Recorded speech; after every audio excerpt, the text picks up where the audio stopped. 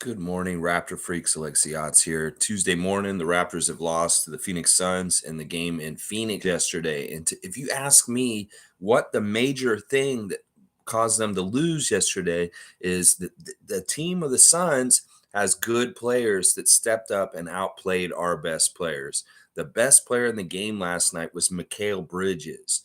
Bridges was the highest scorer. He was the most capable guy in the beginning of the game. And he was the most capable guy in the fourth quarter also. Going and finding shots with his length to shoot over the Raptors. And it really, really, really hurt us. Then you add in throughout the whole game, Deandre Ayton being the big man and doing big man stuff to us that we just couldn't stop. I mean, that they had that at any point where they just wanted to throw it to Ayton. Ayton can find something down low because nobody's big enough to stop him. And then third, Chris Paul, one of the greatest point guards to ever play in the league. He showed his savviness at key times, in particular at the end of the first quarter, hitting a three to put them ahead at the end of the first, hitting a three right near the end at halftime, hitting key threes at important times to keep his team going. So very solid leadership by the best players on the Suns last night to help make sure they won. And on our other side, in a lot of ways, we could just say those guys beat our guys because they played better. They had better scoring. They had bigger plays. They showed up at more important times.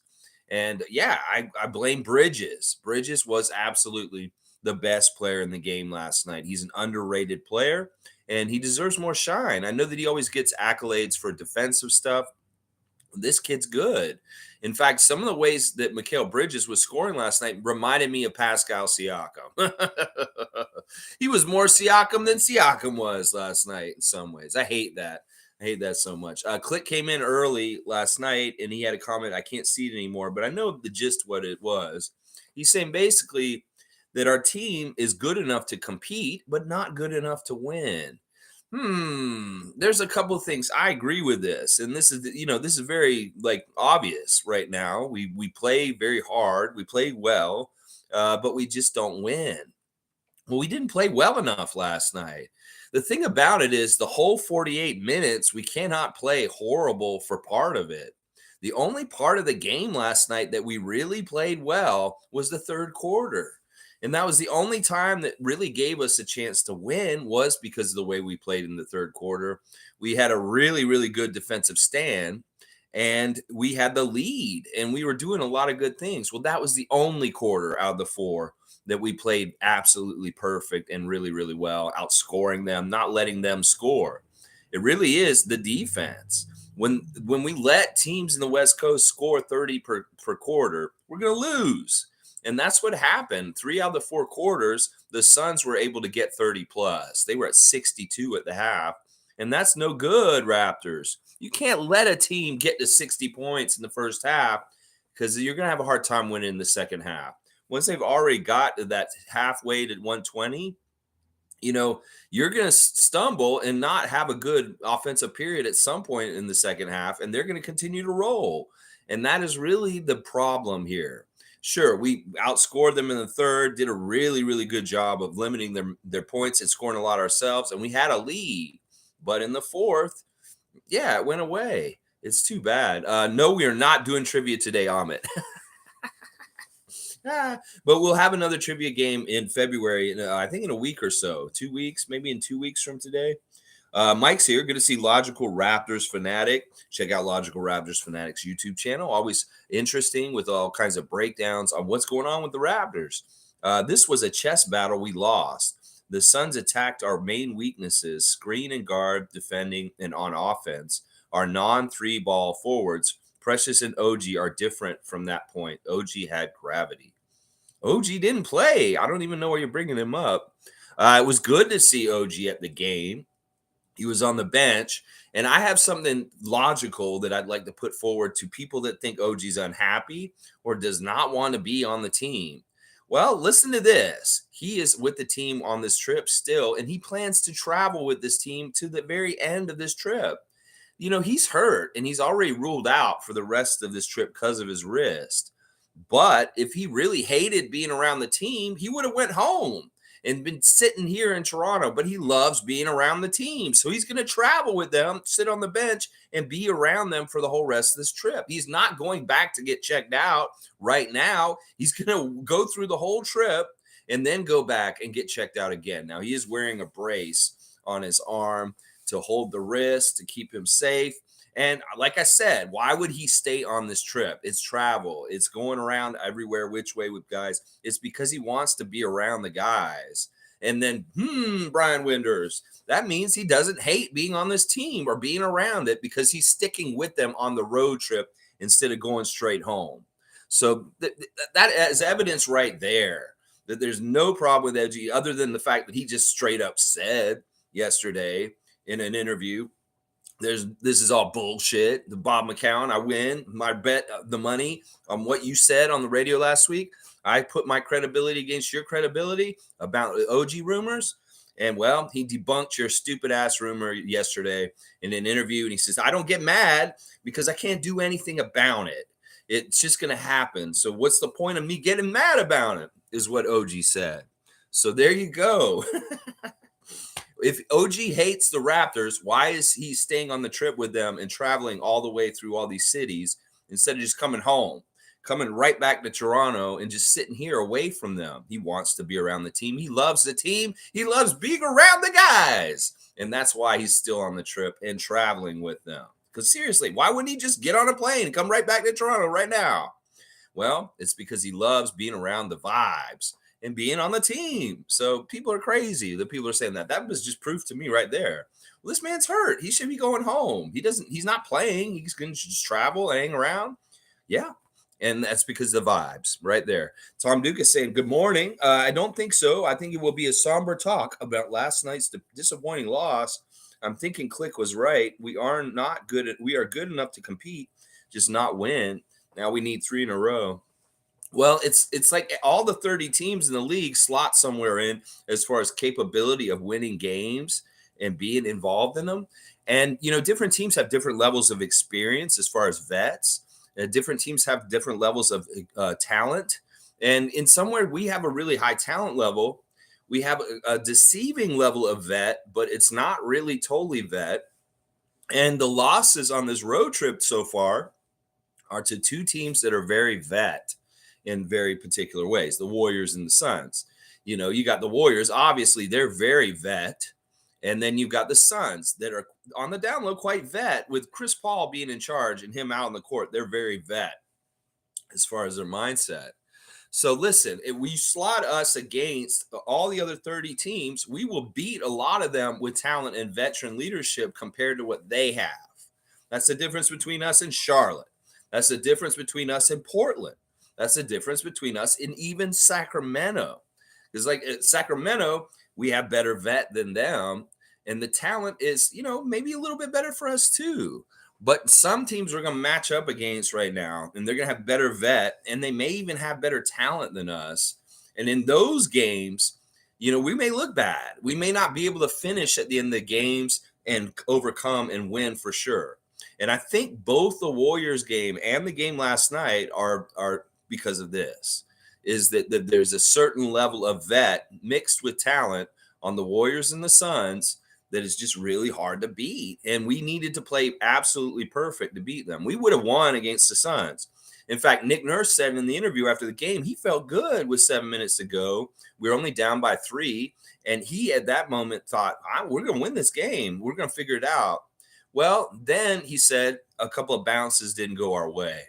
There were a couple of criticisms Nick had about why we lost last night. One of the things he said was that the ball was just it was like dumb luck. The long rebounds off of missed shots by the Suns ended up getting in the hands of people like Chris Paul and him hitting a huge 3 off a second chance shot. And that part of the problem was cleaning up the glass and getting the defensive rebound before them so that they don't get a second chance shot. There were 2 threes late in the game last night that were off second chance and that we needed to get them. And then another thing that Nick was really upset about and talking about was the contact in the game that was not being called and the contact that was. We saw some really fishy referee calls on offensive calls on 2 of our players. Fred and Pascal. They both got offensive fouls by making the move into the lane. And basically what they do is it's not even that they're pushing off or anything. They're just moving forward. And I didn't see them move their arm to push. There's no hand coming up like this where you see the palm and they're pushing. It's really kind of a brush with the shoulder and kind of a lean in. Nothing like it's dropping and, dropping a shoulder. That's bad. But they called really fucked up offensive fouls on Pascal in the first half and then Fred in the second half. And those plays were indicative of the contrast between how much contact they were allowing the Suns to come into the lane offensively against our defense and how much contact they were allowing our offense to go into the Suns defense. Well, and that's the thing. They were like, that was bullshit. Both those calls were bullshit. That's a James Capers Jr. bullshit fucking ref hit job on the down low with those two calls. Now, those calls weren't monumental to the reason why the game, that was the outcome that it did. But just so y'all know, on the down low, that is what Nick Nurse is saying, that there was a discrepancy between the referee's calls for contact as far as how physical Phoenix could be and how physical they were allowing us to be. They were limiting us, in fact. So there, Nick actually was on the down low calling out the refs for being unfair. He didn't say it outright because he's not going to get fined, but he did allude to the fact that contact was called different for the Suns versus the Raptors last night, and that was a factor in some of what happened, just so you know. Mike's saying the Suns played a center drop off Scottie or Precious and helped off the vice versa. So at all times they had the paint locked, then the other three glued to shooters, negating a lot of our drive plays. Our offense didn't work as well last night, and part of it was that we weren't looking for each other. For some reason, we're getting away from the things that have been really working for us recently. Don't do that, Raptors. Continue to go in the direction of the goodness, the good light, of the good things happening from sharing the ball and being on the same page together and all that great stuff. And in a lot of ways, you failed last night at playing off of each other consistently or often enough. The assist total just shows that. I'll look at the team stats for last night real quick with you guys. The assists, we only got 19 assists. And at half, we only had like 10 or something. So it's like, man, they're not sharing the ball. They're not using each other well enough in this game. And it showed. We shot worse than them. We got 2 more shots than them by the end of the game. At halftime, they were out shooting us. They actually had more field goals attempted in the first half, but that third quarter really made up for a lot of bad stats for us and kind of evened things out. But nonetheless, they still made 3 more field goals than us and shot 5 percentage points better from the field. The threes, they only got 2 more than us, so we limited their 3 discrepancy with us, but still they did beat us at the 3-point line, and they did shoot way better at the 3-point line, 39%. We shot 27%. Not that good. We could have shot better at the 3 for sure. Free throws were fantastic. We only missed 2 free throws the whole entire game. In fact, I was like saying, oh man, we haven't missed a free throw yet. And then Precious missed the first free throw of the game. It's that classic jinx when you notice that they haven't missed a free throw, and then the next free throw they shoot, they miss. But 90% from the free throw line, fantastic job, Raptors. We can't blame the free throw line for being a problem last night. We did win the rebounding battle by 2, but not by much. And we did get 16 offensive rebounds, which was big. There was some really cool plays, like that one play where Scottie got 4 chances at the basket and didn't give up. And he finally got the basket to go in on the 4th try. That was awesome. And just seeing some of the fight and the spirit in Scottie last night was amazing. We saw him face off with Deandre Ayton underneath the basket at one point when Ayton bowed up to him a little bit. He was not afraid of him, and he got right in his face, and he had this crazy expression on his face about yeah, what's going on here, DeAndre? I'm not afraid of you, and I'm not backing down from you is basically what the look was towards him. The steals, they outstole us. In fact, they beat us at the turnover battle, and that was a huge part of why we lost last night. I said that two of the things that were really important for this game yesterday were the rebounds and the turnovers. And having more turnovers than them was really bad. In fact, it started really bad. The Raptors were missing shots and they had 4 turnovers within like the first 4 minutes of the game, which is not like them at all. So in some ways, they started out with a bad turnover number and they had to come back from it because they allowed some easy points early for the Suns off of really poor mistakes. Mistakes they just don't make normally. This is something in some ways I should say about the Raptors to stand up for the quality of how good they are is that we really haven't been turning the ball over a lot. And that overall, this whole season, and that is the quality of a good team, that you don't have very many turnovers, you limit them. So, in some ways, we are a very good team. It's just that we have certain personnel deficiencies we have to overcome that make it hard to win sometimes. But you know what? The way they take care of the ball most of the time, last night was as abnormal. Normally, they're not like that. And that's why when I see them play like that last night, I'm like, wow, we really are a good team most of the time with turnovers. And yeah, it wasn't last night though. We lost in the turnover battle last night, which is too bad. Let's see. Mike's also saying Fred VanVleet wasn't on tonight and gassed by the fourth, being like every action not good enough though. Not gonna lie, Siakam needed to turn up more on defense, and they're taking away his offense. The young guys are learning. Yeah, I mean, all right, let's talk about Nick's rotations a little bit last night. He overplayed the starters once again last night. In fact, he had to. It felt like he had to because I don't know. He tried different times to put in different people. The start of the fourth quarter was kind of a disaster when he had that lineup out there with all four bench guys and Scottie Barnes. That was kind of a disaster. They were having a little bit of trouble just scoring in general, and then the other team, Phoenix, was just scoring as crazy as they wanted to. I didn't really like the way Nick rotated the guys last night in some ways. I know that he had to navigate around Siakam's foul trouble, him having 3 fouls in the first half. He had to sit for a good period of time in the middle, but that's an opportunity. Whenever these kind of things happen, they got to be looked at as an opportunity. Okay, well, this means I can get Koloko in, or this means, hopefully Chris Boucher will step up and play better off the bench or something like that. So I don't know. I was not totally happy with the rotations. And part of the reason why was because at the end of the game, all our guys were tired because they ended up having to play 10 minutes out from the end of the game. In the fourth quarter, they are all in. The starters pretty much were all in except for Gary with 10 minutes to go in the game. And they had to play all the way out.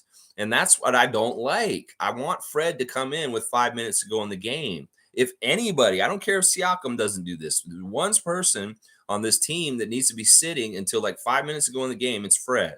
Just because in that last 5 minutes, if he's fully like feeling like really energetic and not completely worn out, he'll help us way more in those last 5 minutes to win. Then if you play him from the 10-minute point and play him 5 minutes before, he's tired in those 5 minutes. And then the last 5 minutes, he's no good. So still, Nick, you got to not panic.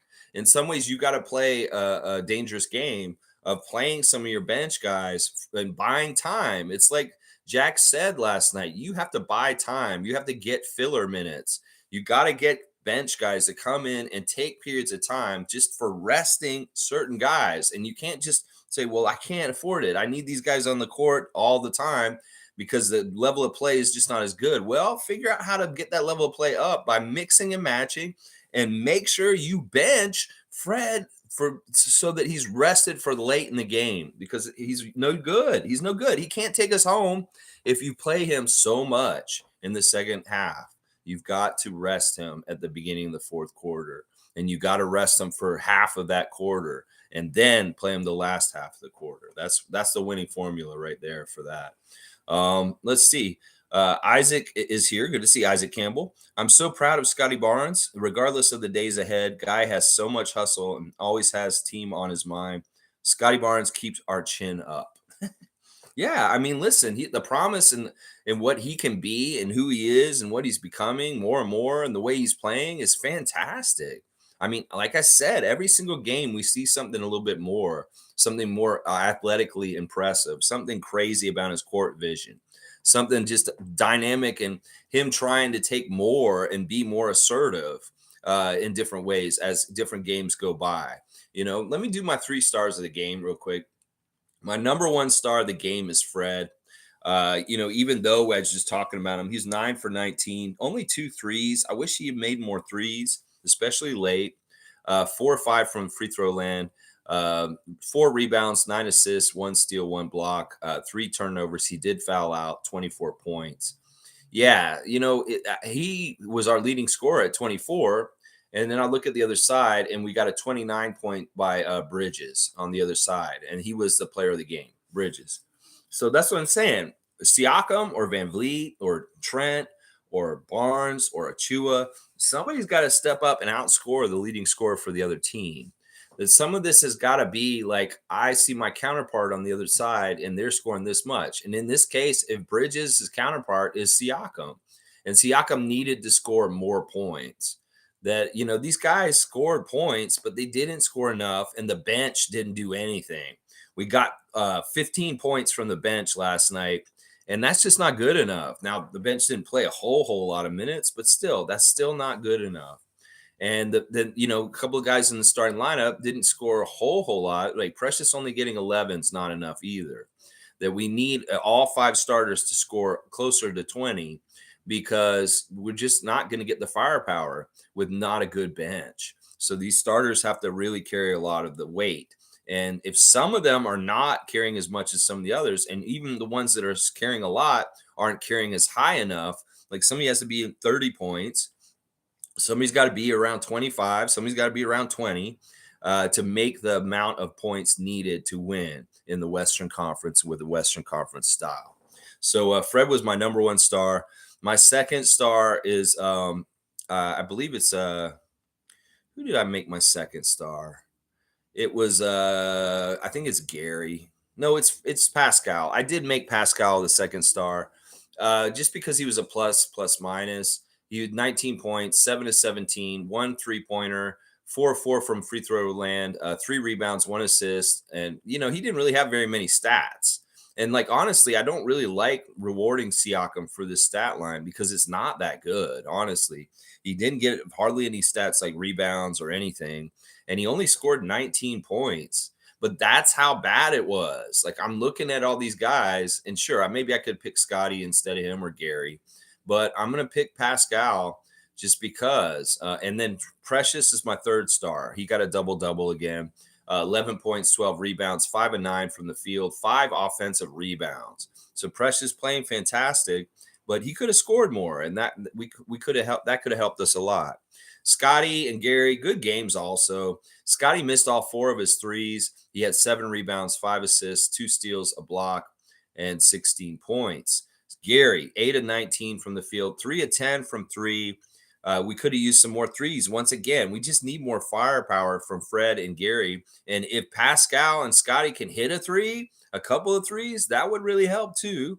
3 rebounds and assists and a steal for Gary, 21 points. Yeah, listen, these guys, the starting lineup, they all got double digits, but it's just meh. It's like meh output. It's not like stupendous, amazing output like some of these guys have put out recently in individual performances. It's just kind of eh. And when it's kind of eh, and somebody else on the other team is going above and beyond, like Bridges, then we're going to lose. And that's a big part of what happened last night. Just the production was just very stagnant and not enough compared to the Suns. The matchups, we're not meeting them in the matchups. We're not beating them in the matchups. Fred, 24 points, Chris Paul, 19. Okay, sure. He may have won that matchup scoring wise. But then, Gary, 21. All right. Against, Craig. Sure. He won that one. But Ayton killed us in the middle. And he was doing whatever he wanted to down low in a lot of ways. 22 points, 13 rebounds for Deandre Ayton. And yeah, like I said, those 3 leaders for them. And then a couple of role players off the bench were annoying. Saric late was really a problem. And then Ish Wainwright was annoying at times also. There was one play where Ish wiped out Malachi Flynn. This is Nick Nurse's own words. To get a rebound. He just muscled him and put him on the floor. He knocked him right down on the floor. And took the ball. And Nick was talking about that. So their role players were doing interesting things in different ways, not just scoring to help them win. Some of these guys, like even Jock Landale, he came in and he was a big dude and did a couple of things, but didn't really score a whole lot. But he was out there being a factor. Or Okegi, another guy that didn't do a whole lot, but he was still being a factor. Saban Lee of the 905 showed up and got in there and got a basket. You're on Raptors 905 and you're beating the Raptors. It looked like he was talking trash to Fred at one point.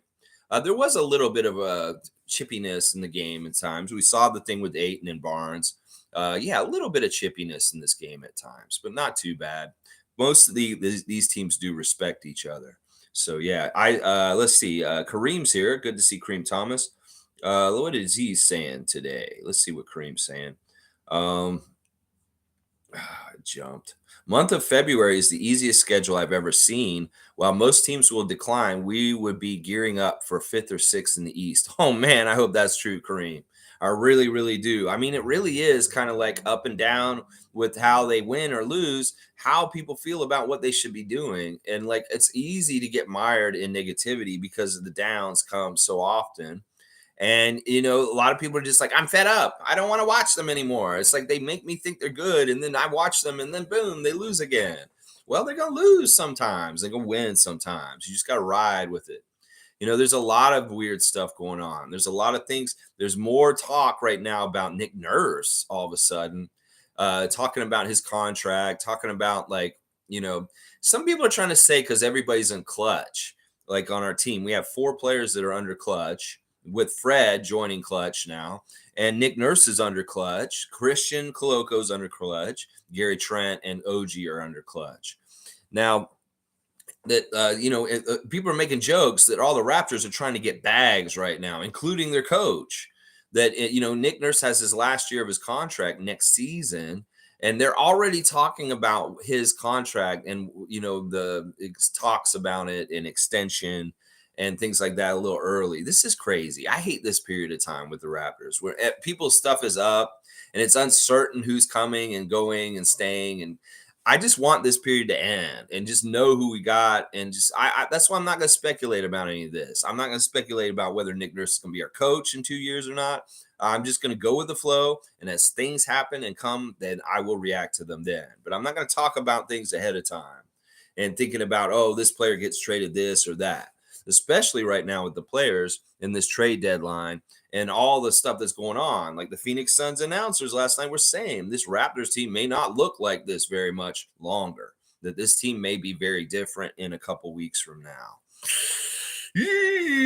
I don't necessarily like that. I do like hearing that Kareem is saying that our schedule is really easy in February. We need this. The month of January 2023 wasn't as kind to us as I'd hoped. We ended up with a losing record. We ended up being 7-9 this month of January. I hate that. 16 games, we won 7 of them. That's not good enough, but it is what we did this month. So hopefully February will be kinder to us and a little bit more easier, like Kareem is predicting. Mike is saying this was measuring stick game, an IQ coach planning against us, aka like Nick Nurse to other teams, and we found out the things we need to tweak. Not news, but more confirming data too. All right. One of the things that annoyed me was that Monty Williams just comes on the court during the game. You know what? You shouldn't really be walking out on the court when we're on offense and we're on your end of the ball. That's not fair. It's not right. But he seems to put his foot into the inbounds and walk around on the court when the ball is live and in play. I hate that. The NBA should be looking at that. The NBA should be looking at Monty Williams stepping around and being on the court during the game because it's fucked up and it's not right. In some ways, he can use that as a weird kind of defensive thing just by taking up space, by stepping on the court as a coach in that corner of the court. Yeah, so I really didn't like that. That was pissing me off. I kept seeing him do it. And I was like, that shouldn't be allowed. Like the coach should not be able to step onto the court and have both feet on the court, walking around on the court when the ball is live. So, yeah, that was really annoying. I don't know if this is a measuring stick game, Mike. this is a game against the Suns, who are struggling themselves in some ways, and both teams are desperate and they need to win because their records aren't very good. And in some ways, Chris Paul really wanted to win last night, and he was the one who had his will more focused with his team to win. So, Nameless is here. Good morning, Nameless. Good morning, Freak family. Was impressed with last night's performance. Operation Stealth Tank could still be in effect. Yeah, I mean, listen. In some ways, look, we're once again the best way for us to look at things is we're winning no matter what. We win when we win, and if we don't win, well, in some ways we might be winning because of that also. So let's just game it to not lose in any kind of way. It's the best way to be. Isaac saying, I think we are sadly there, Nameless. Get the young big some reps and grow, grow, grow. Yeah. Just I don't know. Keep doing whatever you're doing, Nick. And let's just try and hope we win more often. It does seem like there's a lot of stress with Masai Ujiri and Bobby Webster, that these guys are miserable right now. Between like the uncertainty of the team, the way that they're not winning, then the trade deadline, and then I'm sure dealing with Klutch and dealing with all these agents and dealing with everything just gets a really stressful and annoying. And the uncertainty, in some ways, they want to get it figured out more so the fans could chill out and stop talking out of their ass with crazy shit with every little thing that's going on with the Raptors in their world right now. Logical saying, salute Real Ones Project Truth. Always. Third quarter was Nick's halftime adjustment.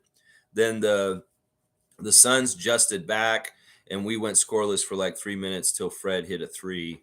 Yeah, I don't even know if it's adjustment by the Suns. I think it's just that we hit one of our normal patches where we just didn't score. There's a couple of things I didn't like about the game last night, and I want to talk about this for a second because it's something I've noticed for 2 games now, and it's my intention about bringing this up is not to make a bigger deal out of it, and maybe we won't put this on blast too much, but I'm really worried about 2 players in particular not connecting with each other and not passing to each other. I've noticed this for 2 games now. And this was very evident on a break that we had. We had a 2-on-1 break with Gary with the ball coming down the court, and Pascal was next to him. And Gary tried to force a dunk on the play, and he missed the dunk. Well, the right play in that situation, the defender was on him, was to dump the ball off to Siakam and let Siakam finish the ball, that he takes the defender. Now, that shows selfishness. And I didn't want to bring this up because there is seeming like because I don't want to be one of these people that brings problems, but I observe things and I see them. I have to talk about them. Pascal and Gary are not passing the ball to each other right now. And I don't like this. I see instances where Siakam has the ball at the top of the key, and he has maybe Precious this way and he has Gary this way, and it never goes to Gary. It always either goes to Fred or Precious or Scottie. It never goes to Gary, and then vice versa. Gary's not passing to Siakam. And I don't know what that problem is, but they need to fucking figure that shit out and stop being idiots. If Gary wants the ball more and he thinks Pascal's getting the ball more than him or something, like whatever the problem is, they need to start passing it between each other. Because at this point, I'm noticing what the fuck is happening with y'all. And I don't like it. I talked about this a couple days ago where I said, I've seen some guys that aren't working well together, and they're shutting each other out. They're freezing each other out. And that's no good. Don't do this. Gary and Pascal. Listen, I'm going to say this right now, Gary Trent Jr., you want to stay on this team, you better fucking give the ball to Pascal. And vice versa, Pascal. You're not being a good leader if you're not willing to pass the ball to Gary Trent Jr. So y'all better start showing chemistry between each other so that I can shut up and not have any worry that you guys won't play with each other correctly. Because if it's going to be that way, well, Gary, your ass is traded. Because right now, Siakam's not going anywhere. And if you don't figure it out with Siakam, you're going to get your ass traded, Gary Trent Jr. I'm going to say that right now. And that fast break play was the final nail in the coffin for me to know there's a problem between Siakam and Trent, and they're not sharing the ball between each other. That Gary, that's never the right play. And you know that. Going up that strong and trying to force a dunk, maybe you thought you could have made it, but you didn't. And the easier, more high percentage play on a 2-and-1 break is to get the ball to the trailer when you take the defender with you as the first guy. And meanwhile, on the other end of the court, Mikal Bridges is coming on a 1-on-3 break and feeding 3 of our defenders by himself. You guys are 2-on-1 and you fuck that up because Gary's being selfish. Yeah, I just want to bring that up. And once again, let's not put this on blast. Most of the uneducated Raptors fans, the toxic ones, will not know this is happening. And there's no reason for us to push this any further than me just noting it right here among fans that are positive and care about this team. And the only reason why I'm bringing it up is because it's very evident that it is happening and that this could be part of the problem with what's going on with our team. Is that, yeah, those two guys aren't playing off each other right, or not trusting each other, or not sharing the ball with each other. And that's no good. I'm sorry. In some ways, I understand. Y'all are two of the like most selfish players on the team in a way because you guys take the most shots. You know, Gary gets the ball. He's not likely to pass the ball to anyone else after that. He's likely to shoot. But the same could be said for Siakam. So that's part of it. That's part of the reason why it's like this. It's like Siakam says, oh, in his mind, he's like, okay, if I give the ball to Gary, nobody else is going to get it after this. And maybe vice versa. Gary may be thinking that too. He's like, oh, if Siakam gets the ball from me, nobody else is going to get it. He's just going to take the shot up. Well, fuck both of y'all for being ball hogs. Start sharing the ball better and moving around. You need to be more like Fred and Scottie, the two of y'all. Now, I know y'all are designated outlets and guys who need to be shooting the ball for us, but we've got to balance this somehow. And like I said, at this point, I can tell y'all are freezing each other out and it's hurting our team. So fuck that shit and get over yourselves and start sharing the ball between the two of y'all. And also look to pass more, kick it out more, especially you, Siakam. But Gary, yeah, you could learn to pass the ball more, a bit more often. Although we do like you shooting when you get the ball because we need somebody to shoot. It's a weird thing, and I don't want to talk about it any further. But it really pissed me off when I saw that fast break and Gary tried to force that dunk. It really, really pissed me off. All right, let's keep going. All right, Nacho the Nacho is here. Good to see you, Gerald. Masai and the Suns GM went to talk. Yeah. Yeah, that was an interesting little part. They showed Masai Ujiri and James Jones, the GM of the Phoenix Suns, walking into the entryway and then to the back together. So, yeah, I'm sure they're talking. Listen, there's a couple of things about the Suns team, and I thought it occurred to me last night, you know, we could have Ayton on our team very soon. As much as we said we don't really want that recently, in some ways, you know, maybe what we do want, but also, I don't know. It's so tough. And that's why this is such a tightrope that Bobby and Masai have to walk right now. Is that, you know, they could turn around and trade one of our big guys for DeAndre Ayton in the next week. And all of a sudden, we've got Ayton on our team, guys. We've got a very legitimate center. And you saw what he could do last night against us. So think about it that way. I don't know. I don't know what they're going to do. But yeah, Ayton, Crowder's another name. They could have gone back there and talked about Jay Crowder for a little while. Who knows what they were talking about? But this is very much something that's happening on this trip. Since Masai's on this trip with them, he's going and talking to all these GMs as he goes around. Yeah, he's going to go talk to Popovich and the San Antonio Spurs at some point too. So, yeah, that was very interesting seeing them going back to the back. Scottie, Precious, and Fred. That's your 3 stars? Scottie, Precious, and Fred. Yeah, it's pretty good. Yeah, it's not bad. OG wouldn't have whipped the water bottle at Pascal if he didn't like them. Yeah, like why would he throw those water bottles at Pascal when he scored 50 at Madison Square Garden? Where Pascal, I said, OG, stop, ow, it hurts. No, seriously, like it's so dumb. People don't understand who OG is. He's an enigma, so they try and fill in the blanks. But there's nothing like any of these reports, like whether it was Jake last summer or Bob McCown and the stupid shit recently, that it even fits his personality profile. That's how I know it can debunk it right away. They'd have to really come at it in a way that it was like, oh, that kind of makes sense that he would say that. And then, of course, using a quote from a Nick Nurse book, misquoting it in the wrong context. Sure, that's another way they can make bullshit up about OG being unhappy. They take a statement from a book and they don't read the whole context or the reason why he said it. So stupid. Evelyn's here. Good to see Granny Evelyn. Good morning, freaks. My cousin told me that Raptors are really a good team, but he says the Raptors have a fourth quarter. I don't say that C word. They played hard, but can't get the W.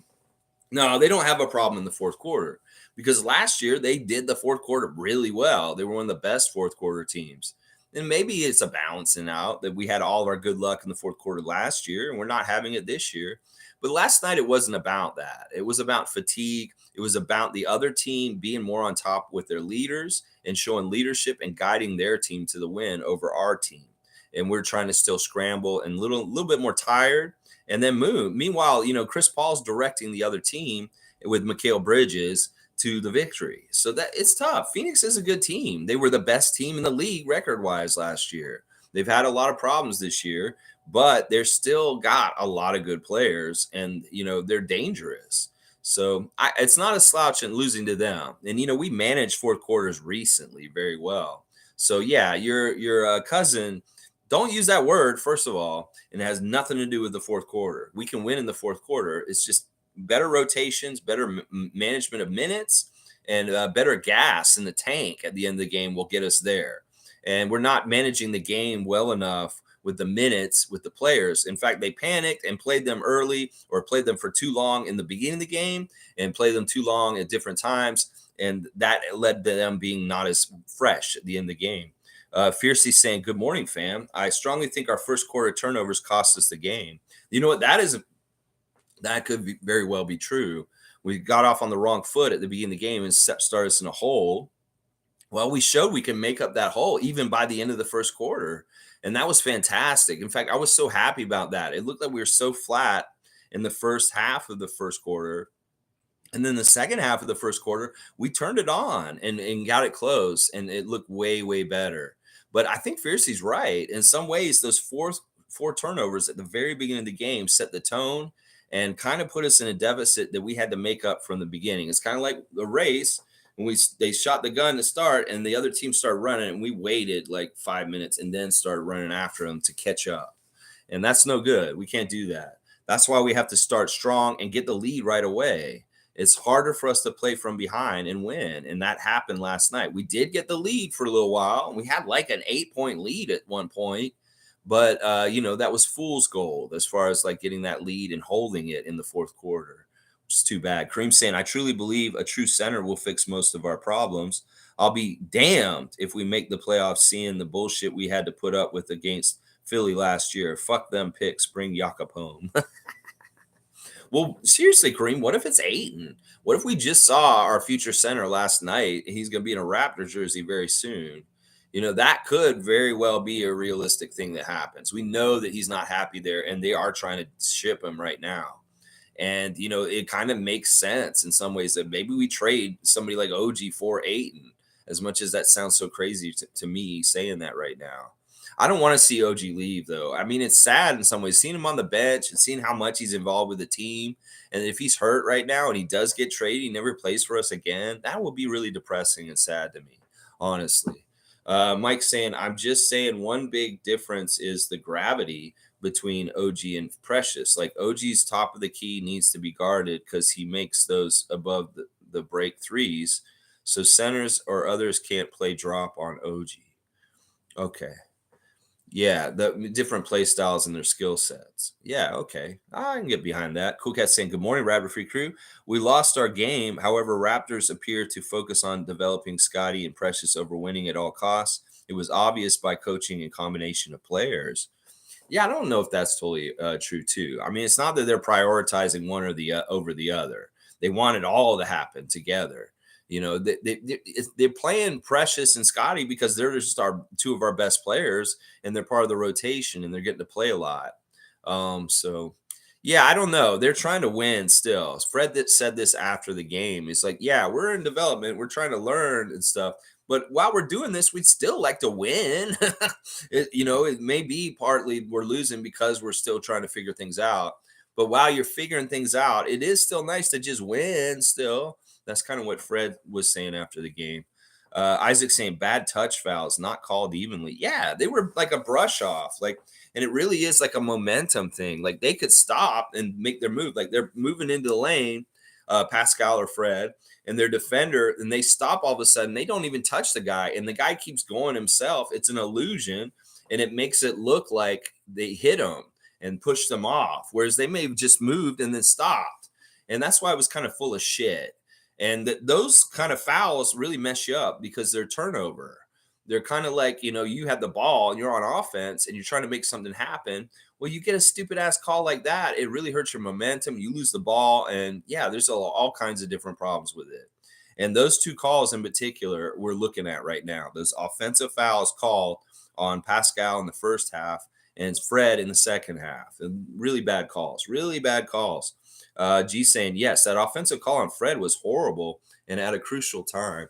Yeah, that's part of it too. Like I said, it's the timing of where it was and the momentum and like whether this could help swing things in a certain way for us. And, it all adds up in certain ways. Monique saying, good morning, everyone. Keep shooting, Gary Trent Jr. Fourth quarter woes, 3 stars of the game. Gary Trent, Fred, Scottie, but struggle at the end of the third quarter. Wow, nice to see you. Chris Hayes, I seriously hate you. All right, let's talk about everything that Monique's talking about here. Yeah, Gary, go ahead. Keep shooting. We love that. You like Gary, Fred, and Scottie last night. Yeah, I had to put Precious in there somewhere because the double-double's nice.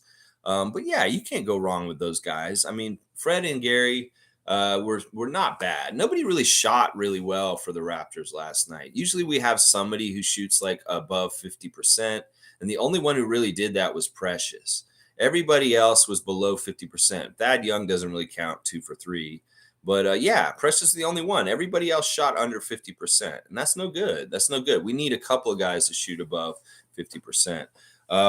Yeah, the struggling at the end of the third quarter. Yeah. Chris Haynes. All right, listen, let's talk about this real quick. Chris Haynes has said on his podcast yesterday or whatever day recently that he's heard that some of the Raptors are unhappy. Well, that's not really news, and it's kind of dumb in a lot of ways. Of course they're unhappy. They're losing. It has nothing to do with whether they're unhappy with being on the team. This is part of semantics as far as like what they mean, what they say. Well, Chris Haynes saying some of the Raptors are unhappy doesn't mean that they're unhappy and they want to leave. It means they're unhappy because they've been losing and having a tough season. So that's the way I interpreted that. But once again, it's like clickbait or anything like that. They can put a headline out there and say, Chris Haynes says on podcast, Raptors are unhappy. Well, okay, we can go look at that. Somebody may take it a step further and say, oh, they're unhappy. They want to be traded or they want to leave. Or, oh, they're unhappy because they keep losing and they hate losing.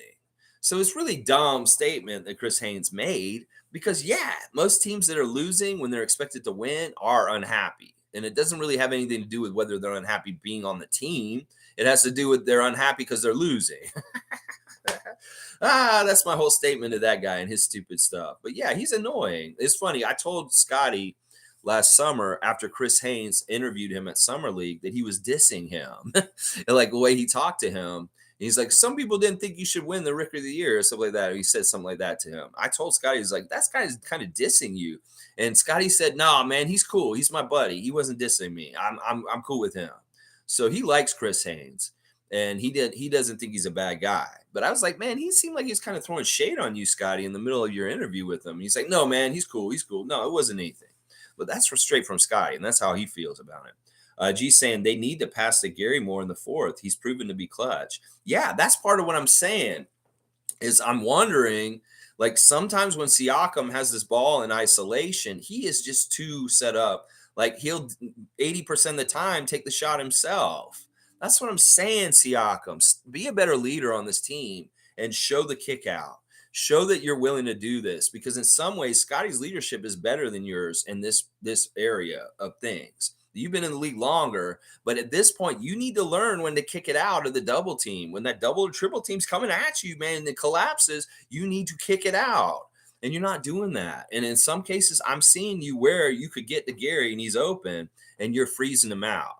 That's what I'm saying. I don't want to believe that Gary and Pascal are freezing each other out for some reason. But it looks like that's what's fucking happening with this team right now is that they're not looking for each other specifically, the two of them. Like, I don't see Pascal pass it to Gary, and I don't see Gary passing it to Pascal. And there's something fucking fundamentally wrong with that, and it pisses me off. Y'all stop being unselfish because this is going to cause problems for us if y'all don't get this shit figured out, Gary and Pascal. Particularly the two of y'all. And that's what I'm saying. At the end of the game, Pascal, you could be the bait. In fact, you'd be so much smarter to do this. Go into the lane, act like you're going to just force it on them like you always do. But all of a sudden, boom, something magically different. Oh, you found Gary in the corner. He hit a 3. That's what I want to see more of. Seriously, Pascal, you can do this. I know you can. Stop being selfish, is what I'm saying, Siakam. Yeah, and Gary, you know what? You can be selfish because in some ways you're supposed to be selfish. But Siakam should not be, especially if he's going to get the ball the most out of everybody. Let's see. Mike's saying they tried passing and it led to turnovers at times. So we tightened up in the first and went Fred because Spicy and Scottie were having trouble penetrating the defense to create shots based on the drop. Yeah, they did play very well down low. They were just playing very well in general. Bridges is such a good defensive player. He's really, really good all around. And him offensively, he's such an underrated guy. We don't talk about him around the league enough in some ways. Randolph Phillips is here. Good to see Randolph. Good morning, beloved Raptor freaks and most informative gang. Disappointed loss last night. The hardest thing is to not know what we were doing. Are we trying to make the playoffs or developing players? I think we're right in the middle. I don't know. Hopefully, when this trade deadline passes, then okay, we'll know more because things have happened or they didn't happen. So I can't wait too because I want the. I hate being ambiguous about my life in general. It's like I want to know what's going to be going on. I like planning. I like knowing what's going to happen. And unknown is sometimes it's important and it's necessary, but it's also scary and annoying. And right now we kind of have an unknown over our team right now that's scary and annoying. And I'd like some time to pass just so we can get by these deadlines and let the dust settle and just see where we're at. Because like right now, I have a feeling our team may be slightly different soon. And we got to be ready for it. And in some ways, we're kind of like, I just want to get this over with so we know what's going to happen in some ways. But we have to let it happen as it's supposed to in the order of the games and how they come down. Alistair's here. Good to see Alistair. Morning. Raps are playing not to get traded. Everyone on the hot seat. Yeah. I mean, in some ways, it is true. Like, do these guys care about being Raptors? That's the one thing that the rest of the NBA media does not get. Like they all think, nobody wants to be here, and they all want to leave because it's Canada or it's cold or something like that. That's what they think in their head. No, this is not what's going on with these guys. These guys want to stay. None of them really want to get traded because it's a good place to be, and it's a weird situation. I think they are playing to not get traded in some ways. I mean, Gary's playing in such a way right now that he's trying to make it as hard as possible for the Raptors to want to trade him. And it's a really smart strategy because in all kinds of ways, he's going to get paid more money and he looks good and he comes off good in all kinds of ways. He looks professional. In some ways, what Gary Trent Jr. has been doing the last 3 months on the Raptors is the opposite of what Vince Carter did in his last bit of time with the Raptors. Yeah, he's going the opposite of like not trying. He's trying as hard as possible. So it's really hard for us to like trade him if we're going to. Monique saying Jeremiah Tillman going to be a dog for the 905. That's right. 905 have been shuffling things around a little bit in the last week. They released Hassani Gravett, and they had a couple of open spots on their roster, and they signed 2 guys yesterday, Jeremiah Tillman, and I forget what the other guy's name is, but there were two forwards. But yeah, 905's always in flux and changing, and they don't play again until Thursday. They've had an entire week off. It's crazy. So they'll play in 2 days from now. The next game. Callie's saying a lot of things went wrong last night. Yeah, a lot of things went wrong, but there were still some bright spots and good things happening also within all of it. But, Phoenix is Phoenix. In some ways, they're a weird team. I don't think that they're a very good team to win the championship this year, but they will be annoying to some people during the season and maybe a little bit in the playoffs. But I think they might be an easy put out in the playoffs this year in a lot of ways. I think if they play like Dallas or Golden State, they're going to be beat. Yeah, I don't think they'll beat those 2 teams.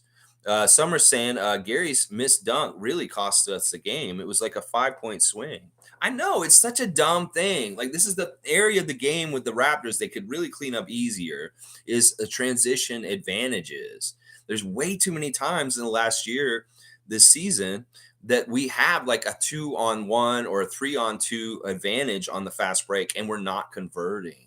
That is so bad. Like in the history of the NBA, when I used to watch as a little kid, really was made important to me that when you have a fast break advantage, that you convert when you have a man advantage. And if you don't, it's a big failure. That those are like gimme points that just should be given to you because you have the advantage. If you're technically doing everything right, you got 3 guys. Well, 2 guys will go to the 2 guys, and that 3rd guy should be getting the ball no matter what and putting it in. And that's what I'm saying. A 2-on-1 break with Gary and Pascal on the break, with Pascal trailing with an easy ability to just dunk it. That is as easy as Gary turning around and handing the ball to Pascal, and he dunks it on the guy that's in between the two of them.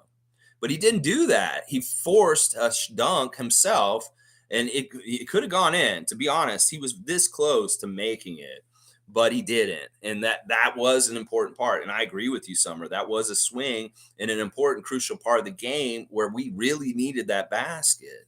And yeah, I blame him for being selfish in that moment. Tom Duke saying nameless Operation Winning is still in effect, I hope. Yes, Mo, Jeremiah looks like a beast. Yeah, well, I'm excited about 905. We'll have to see how they're doing on Thursday. Fiercely saying, I know the bench struggled, but I keep thinking they're not being given enough opportunities. Hence, they are looking rough on the field. Yeah, I can kind of get behind that, Fiercely Salsera.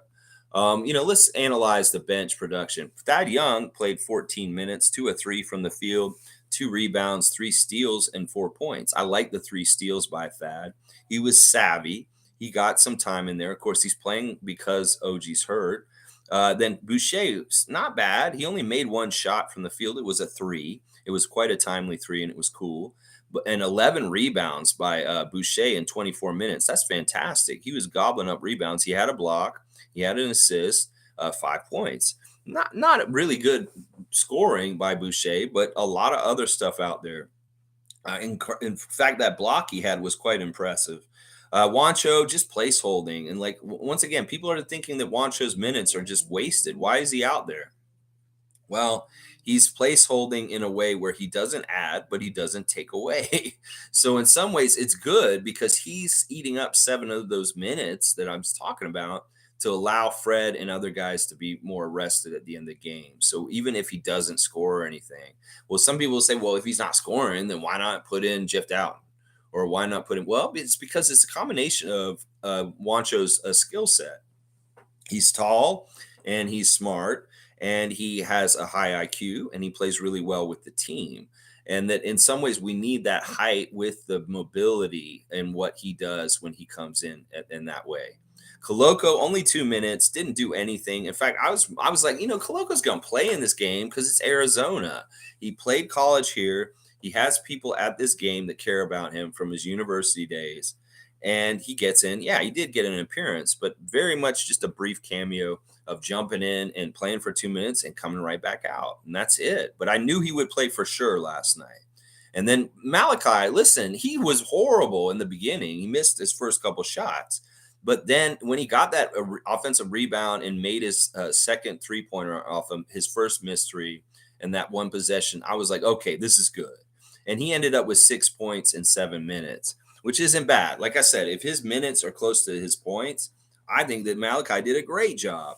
2 of 5 from the field, 2 rebounds and assists. He had 2 offensive rebounds, including that long one that came out to him. So, yeah, the bench, we needed more scoring from them, obviously. But once again, what is this chicken or the egg kind of thing? Is it Nick Nurse not playing them enough to get them more scoring, or that they don't get enough scoring? And that's why Nick Nurse doesn't play them enough. I don't know at this point. It's really kind of hard to suss out. But, yeah, the bench was kind of struggling. Omari's here. Good to see Omari. I was surprised he tried to throw it down so hard. Yeah, you mean Gary? Yeah, he had to make that room and go for it. He's been getting a dunk every game recently. He had that really nice one against New York the last time we played him. He gets in there and he's been throwing it down on people. I love seeing that. I really do. Nako's saying, pretty sure Scottie has the 3rd most touches on the team this season. Well, that would make sense in some ways. I don't know if that's exactly right. Maybe it's right. I mean, I guess because he gets thrown the ball down, and he doesn't necessarily shoot it all the time. It's kind of like I said, he's a conduit. They throw the ball to him, and he kind of looks for somebody, or he takes it up. Let's see. Cool Cat saying role definition has to be cleared up for next season. You look at other teams; they know their roles. During our championship run, we understood roles definition. I think this is so true. Cool Cat Maya hit the nail on the head for one of the biggest things we need to figure out in the offseason is exactly this. No more screwing around. And, versatility breeds ambiguity.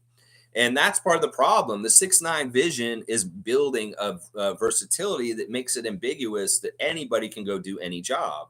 And that's part of the problem is stuff's falling through the cracks. So we need to get people's responsibilities very clear and tell them, like, this is what is expected of you.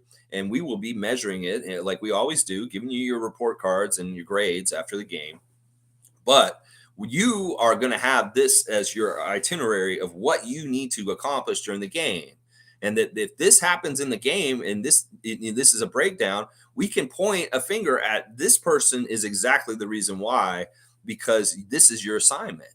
And that's part of the issue with what we're talking about right here, with Cool Cats brought up, is there's an ambiguity about whose responsibility it is to take care of certain things. And they're not all, like, some of it is very clear because it's defensive assignments, but some of it's also unclear, like offensive assignments or offensive like jobs and what they should be doing to help us keep momentum going offensively to win, that kind of stuff.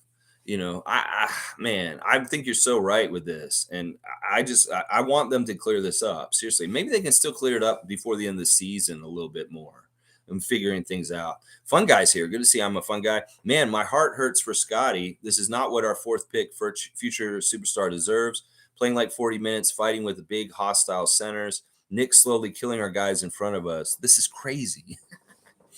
Well, I don't feel sorry for Scottie, and I don't think Scottie feels sorry for himself either. I don't feel sorry for Scottie. He's exactly where he's supposed to be and how things are supposed to be going. This is predestiny. This is just his path. And the path right now is rocky and it's not easy. And this is part of what will shape him and make him a better veteran as time goes on. You need the contrast with the winning and the losing so that you understand how important it is to win and also what it takes to win. So yeah, I'm not worried about him with like what he deserves. He's not feeling sorry for himself, and he's not like being like, "Oh, I hate this whole thing." I mean, he hates the losing, sure, but it's also like this is just part of it, and he's learning from it too. I think he likes fighting the big guys. I don't think that's something that he's against. I think he takes that challenge very like fun, and it's to him in some ways. It's like after the game, he's always saying stuff like, "I knew I could do this. I've always done this." It's like people talk about, "Oh, your court vision's so good right now, Scott." He's like, "Yeah, I've always had this." Oh, you guarding big guys down low on certain times on court. Yeah, I always did this. I've done this all the time. That's basically his answer all the time with his game and how he is and the way he plays. He's like, I've always been this way, is what he says. And I think that the whole thing about him battling people like Ayton and the centers and the big guys on the other side, he loves that challenge. It's not something that he's upset about or he shies away from. He steps up to it and he wants to take that challenge. And he has pride in the ability to be able to do so many different things on the court in a diversified way. So, yeah, I don't think that there's a problem with this. Now, he may be killing Fred and Pascal slowly with the 40 minutes, but he's not killing Scottie with it. Scottie will eat up and play 48 minutes every single game if he could. He's that young, energetic kind of guy. And, it may wear him down eventually, but he's that kind of guy who can actually play like crazy with limitless energy for a long time. Trust me. Trust me. All right, let me cooks here. Let's see how long we let him cook and at what temperature and for how many minutes. Who do you think was the better defender at their best, Scottie Pippen or Kawhi? Pippen was all defense 10 times, but never won a Defensive Player of the Year. Kawhi, as of now, is 7 times all defense with 2 Defensive Players of the Year. Thanks. All right, let me cook with a non sequitur question once again, but we'll allow it. It's fine. We will let you cook. First of all, I want to preface this whole thing that way you set up this question is the wrong way to look at it. I don't look at defensive awards from the NBA as stacking up whether they're good or not. You can't look at it that way because guys get snubbed. And sometimes these guys are golden boys. They're going to get them more often than guys deserve it, like OG Anunoby. So I will not assess how good they are defensively by awards and how many defensive teams and defensive players a year they got, because there's politics involved in that and there's snubs. So I will go purely on what my memory is of these guys playing and how they used to play and what they did for their teams in different ways. Now, I'm going to say this right now. Kawhi Leonard is a much better athlete and he's a better player than Scottie Pippen. I will say that overall for the history of the game in every kind of way. If you put me choosing between Kawhi Leonard and Scottie Pippen, as far as who do I want to build a franchise around and who is going to be the better player, it is Kawhi Leonard. Now, if we're going to break down the component of just specifically their defensive abilities, I think I'm going to have to go with Kawhi Leonard once again. In some ways, it's partly because Kawhi has such a long fingers and hands that he is so good. The Claw nickname is very good. Now, Scottie was a good defender, but in some ways, he was very much propped up by the Chicago Bulls being a very sound team concept that he worked within. That, in some ways, Michael Jordan was just as good a defender as Scottie. And in some ways, Scottie was elevated and pushed up as a defender higher than him just because he was taller and he blocked shots. But they stole the ball the same pretty much. Like Scottie was a little bit better with steals, but Jordan wasn't that far behind with getting steals behind him. So I will say Kawhi Leonard is a better defensive player overall than Scottie. Scottie is very good, and he was a very good player for a long time. But a lot of what Scottie was good for is the same reason why a lot of people say Michael Jordan was good for it. Well, was Michael good partly because he was next to Scottie, or was Scottie partly good just because he was next to Michael? So I will always pick Kawhi in this situation. Scottie's a great player. He's a top 75 of all time for sure. But Kawhi Leonard is a multiple champion on 2 different franchises.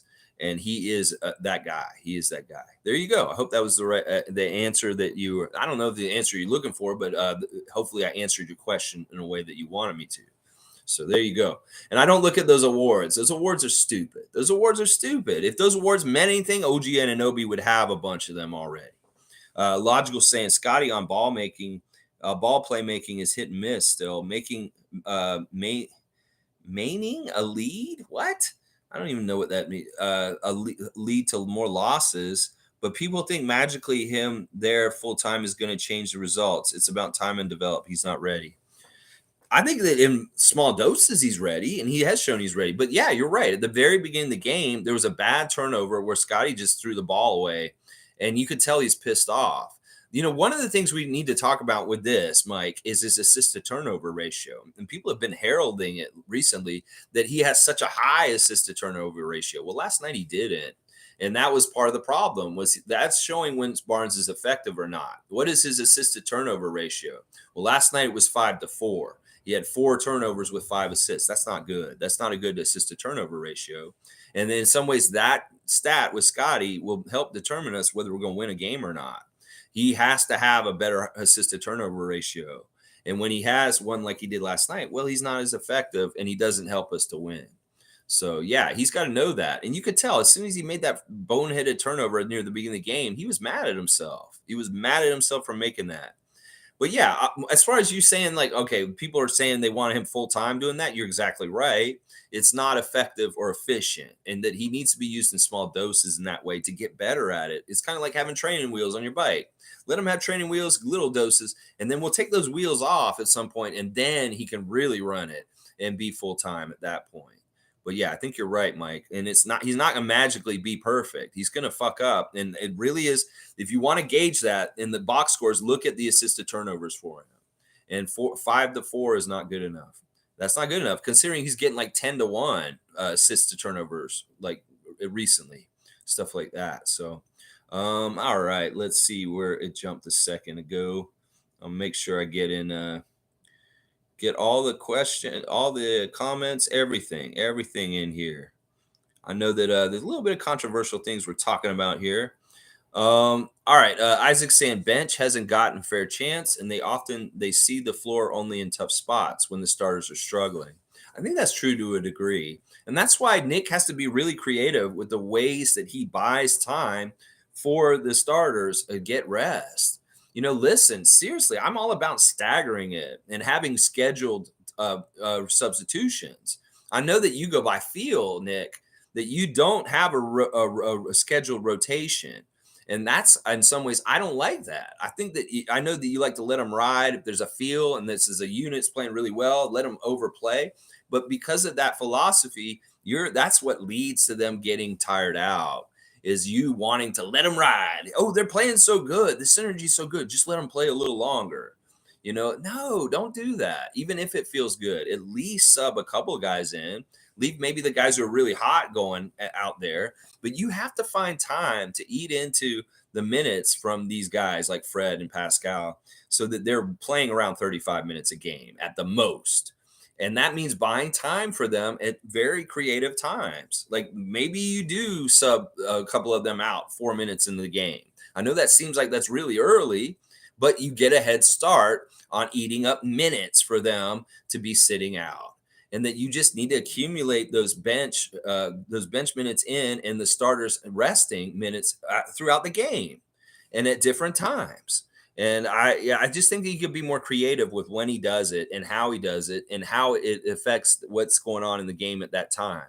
That at one point, once again, we saw him put too many of this bench in at once with Scottie, and it was not effective.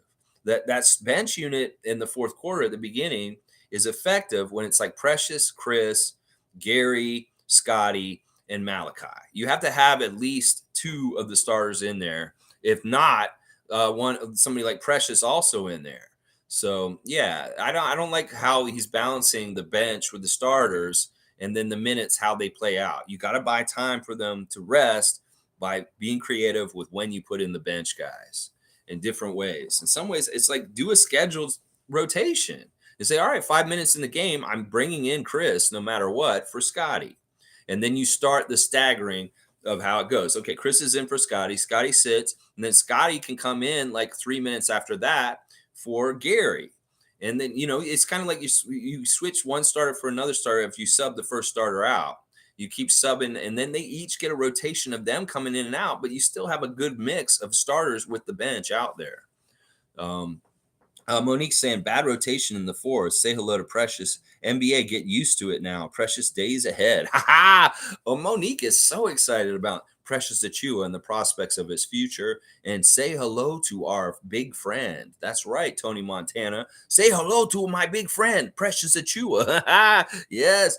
Forgetful saying only one assist from Pascal, 41% shooting. His game is off. Yes, he is being defended well, but he is not in the zone. No, he's not. And I've noticed this recently about him. He's not efficient or effective.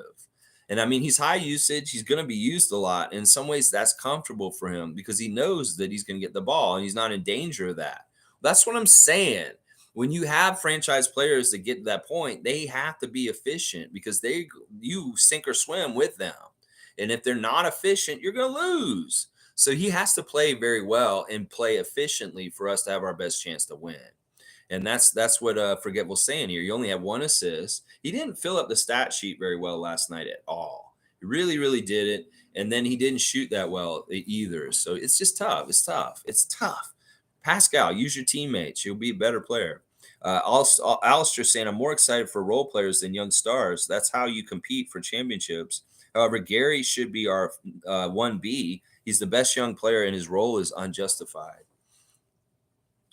I love Gary taking late shots. I really, really do. In fact, if this is part of the problem between the two of them is that like Nick's called Pascal and Fred's number too much at the end of the game, and Gary's chomping at the bit to be like a big time clutch, big shot guy at the end of the game and win it for us. And we're just not either calling his number or the ball's not finding him at the end of game situations. I think this is a big mistake that we're not utilizing a really good clutch shooter in the clutch times. Lou Williams, when he played on our team and was sixth man of the year, he was never like the number one guy, but he was the guy that was designated at the end of the game to take big shots to try and win it for us because we knew he was a big shot kind of guy. Well, Gary's a big shot kind of guy. Nick, why are you not drawing the plays for him at the end of the games? I know in some ways, okay, maybe he's the most obvious choice to take big shots at the end game and he's a good decoy, but still, you guys don't even try and use him enough in the last couple minutes of game to hit big shots to carry us home to win. Too often it's Fred and Pascal very heavily weighed on that. And in some ways, Pascal is not efficient in those times. I can deal with Fred doing it because he's a money ball because he'll hit those threes more often than not. But Pascal is still like trying to beat himself through three guys to get to the basket and score points at the end of the game when he should be kicking it out to somebody else when he gets doubled down. And that's why I don't like him getting the ball at the end of the game. And maybe Gary should be getting the ball more is what I'm saying. That's, I'm all about that. I think he should be the guy taking big shots at the end of the game. Logical saying when Scottie was drafted, we actually rebuilt the roles again. And if we get another high pick, we're going to go through another role shuffle. Young, high talents need certain things and certain players around. Yeah, I mean, well, every year you get different players on your roster. There's a little bit of shuffling around with roles to a degree, but this is really like there needs to be clear communication and an idea from the coaches and how they want to run things, and it needs to be clearly put out there and laid out for the players. That is something maybe they need to think about this summer. I think in some ways we came into this season thinking, all right, well, this is wide open. We don't know how good Precious is going to do and what he's going to do. Scottie, how his development, how quickly it's going to be, and we're just going to kind of go on a fact finding mission and react to it and then install stuff afterwards. And that's part of the problem. And you know, this is true, Mike, that Nick likes to tinker around, experiment, and then see what works and then write it down and then institute it later. And there's been too much fact finding and trying to figure things out and tinkering around, and not enough. We have established this is what we do, and we need to practice it and do it over and over again. That really the first half of our season was just fucking around and figuring things out. But now we know some of this stuff, like Scottie's down low, Precious and his aggressiveness, Gary and this, Pascal and this. We should start actually having a setup kind of way that we play, kind of like what Cool Cat is talking about earlier, that we need established roles and established things that we know that is bread and butter. And this is what we do in this situation. This is what we do in this situation. And there's not enough of that. And you can tell the disarray in important pressure situations when we need to score really badly at the end of the game and we're incapable of getting a set play or a bread and butter, like money play where we absolutely can score no matter what. Good teams in this league have set plays or things that I just described like that. That they just know, okay, this is a high percentage and we're going to go to this because we know we're successful in this more often than not. Well, we don't have anything like that right now. And that's pissing me off. We could have it. And I know exactly what those things are, but we're just not going to them. We're not leaning into them like we should be. And one of them is Scottie in the low post. He is one of the most high percentage effective, efficient parts of our offense if we use them in that way. All right, let's keep going. Alistair saying the problem was team went away from Siakam running the offense. It's because our players don't want to play off and want to do their own thing to make themselves look good. Where does that get us? Yeah, 29 losses. Yeah, Alistair, I see what you're saying. I don't like to think that this team is selfish in some ways, but it is probably in some ways. And I don't like this. I think you're exactly right. We've had our best success when everybody's very, very sharing and very like selfish.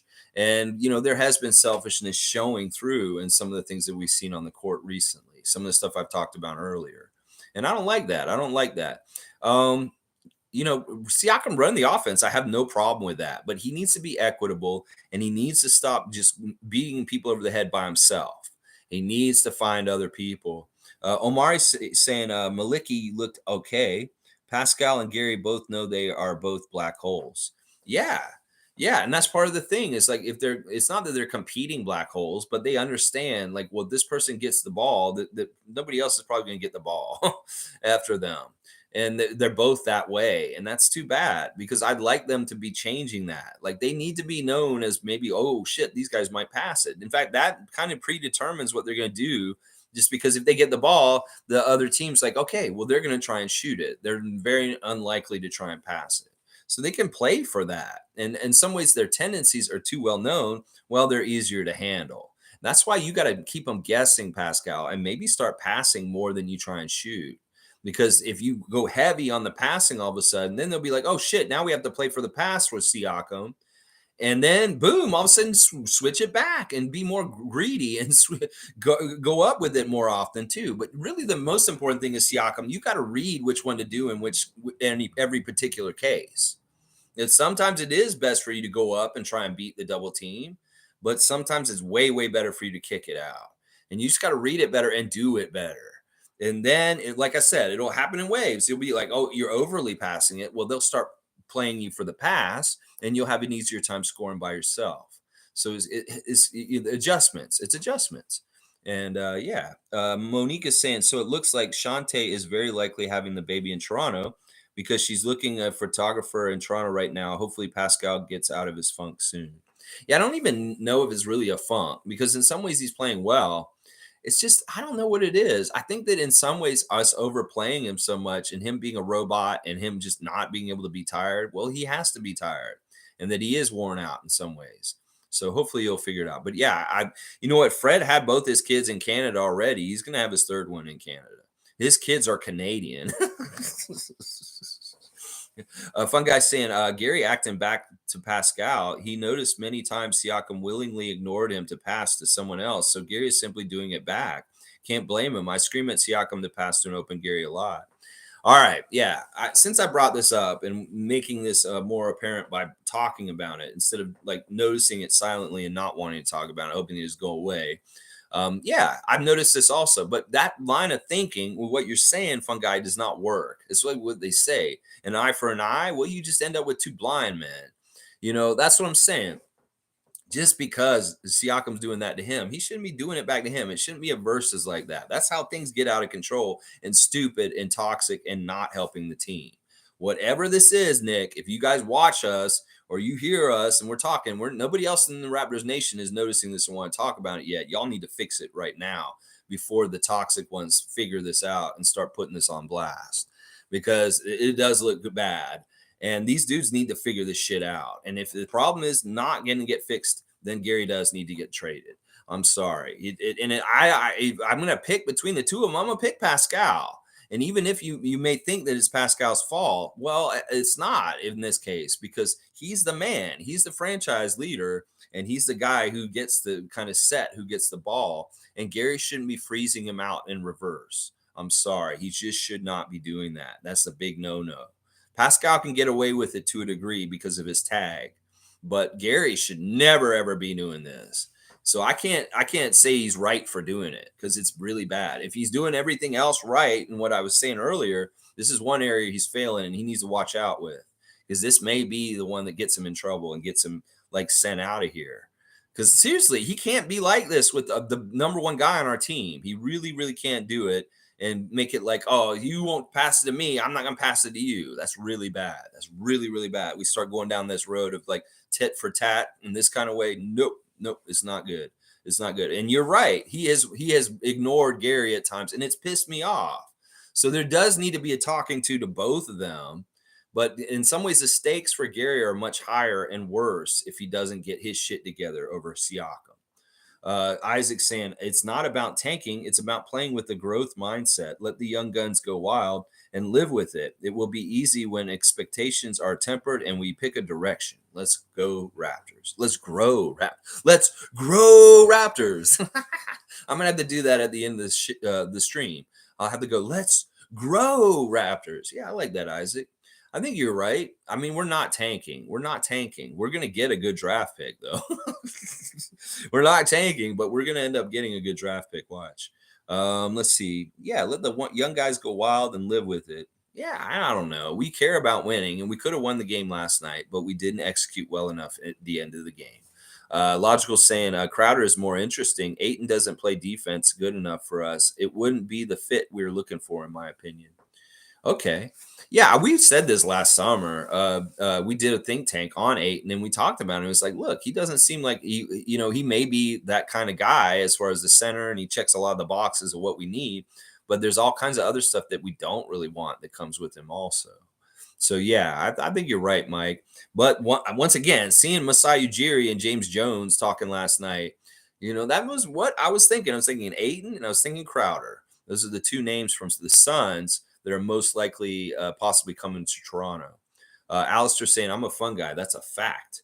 That's a fact. You're talking about the way Gary and Pascal are talking. Yeah, it's annoying. And like I said, listen, we're a positive team, positive Raptor fans here. We don't want to put this negative stuff on blast too much, but I have to make note of it because it is something that I've noticed for a couple of games now, and it's pissing me off.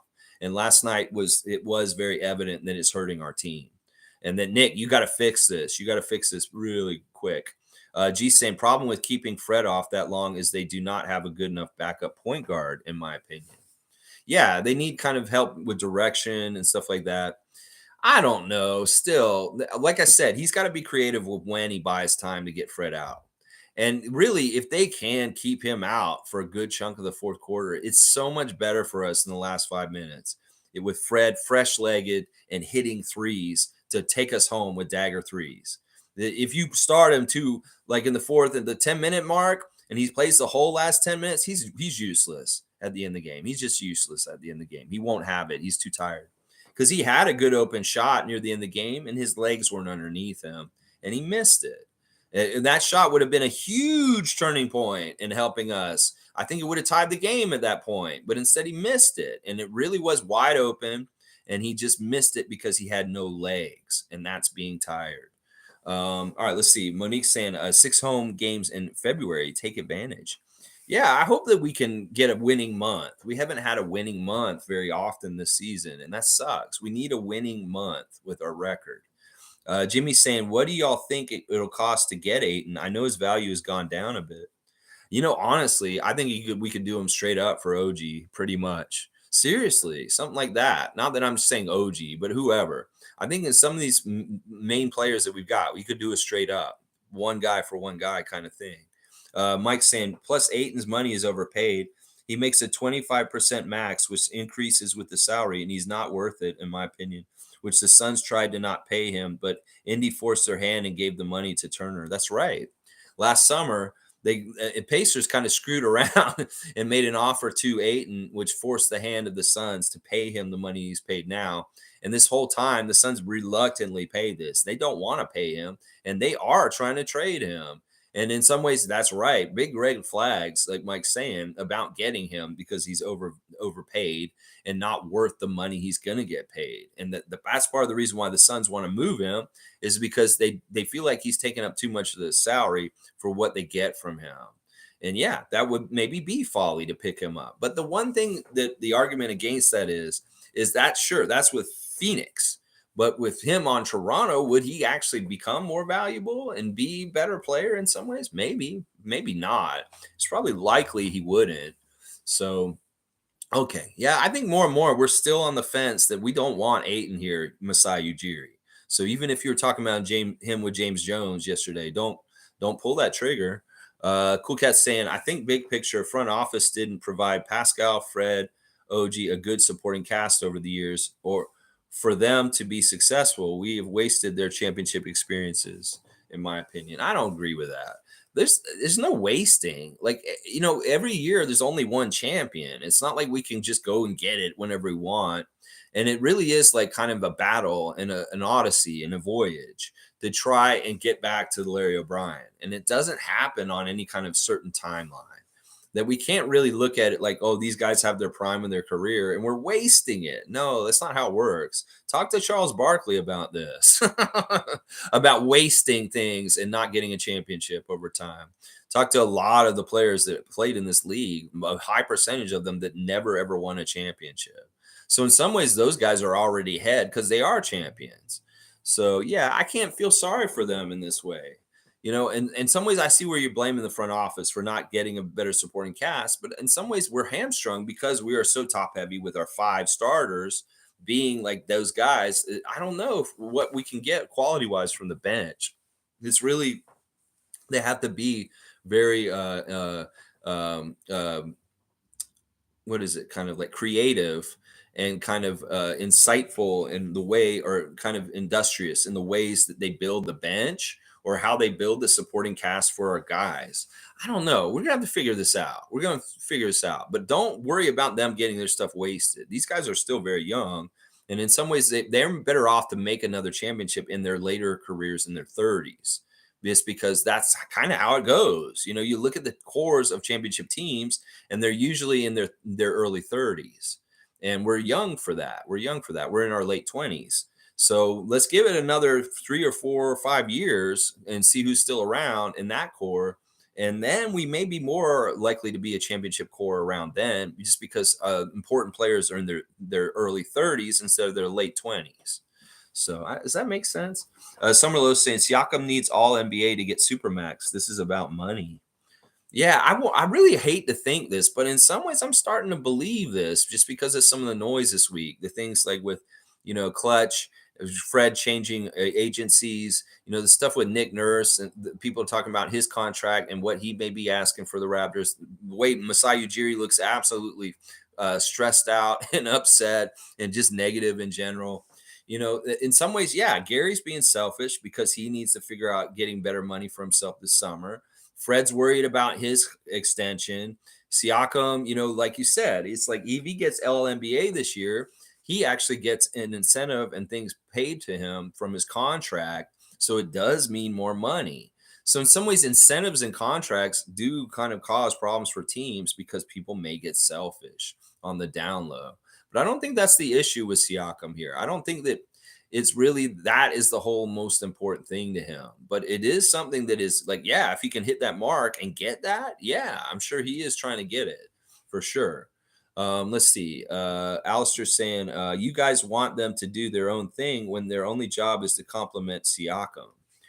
Yeah, I don't know. I don't know. What is their job? Like, who is the team's most important player? Who's going to be the focal point? Who's going to be the franchise guy? Right now, it is Siakam. And I guess as duty tells you, you should follow the guy who's in charge at this time. Now, that could change in a couple of years. It could very much be Scottie is the franchise player in the next couple of years. And that it all kind of shifts in some ways. And that Siakam's role does go maybe more like he was with next to Kawhi, and not being like the number one guy, but maybe the secondary scorer besides Scottie. And that's kind of what I hope happens, honestly, because I really do think Scottie's a way more high percentage efficient offensive player than Siakam is. And that this has to happen naturally and just over time. It's not going to be like a light switch and boom, just next year. All right, Scottie's our franchise player. We're switching everything. No, it's going to be changed over time and slowly. Let's see. Carlo's here. Good morning, fellow freaks. Good morning, Carlo. Good to see you. Isaac saying Fred and Scottie continue to play better and better together down the stretch. Yeah, there's definitely not problems with them. It's so funny that they're getting it wrong. Who the problem is with people? It's not Freddie and Scottie. It's the people I mentioned earlier that are having the problem.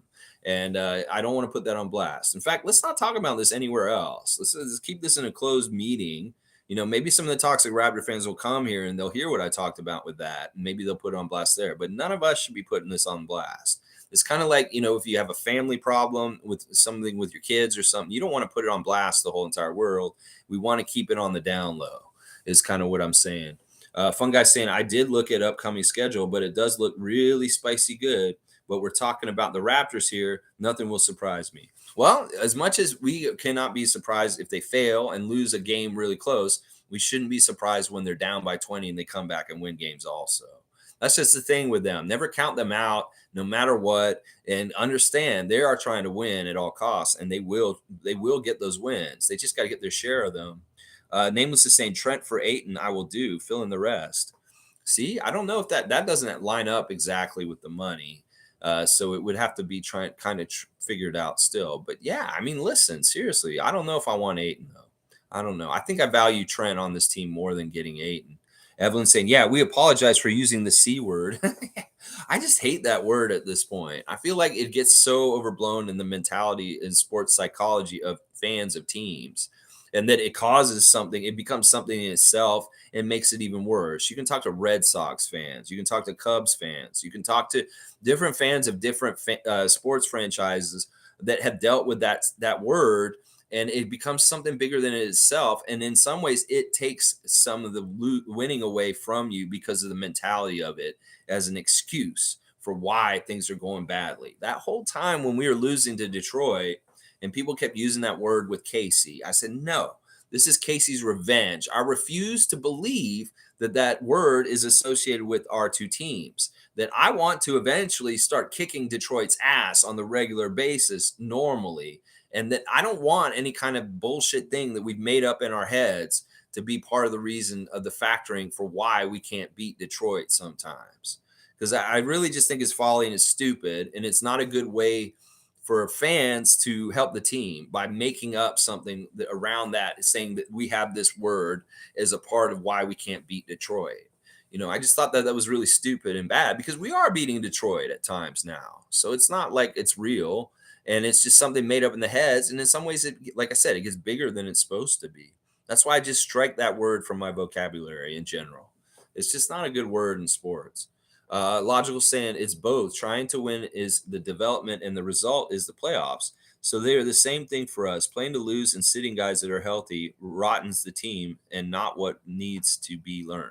Yeah, you don't want bad habits.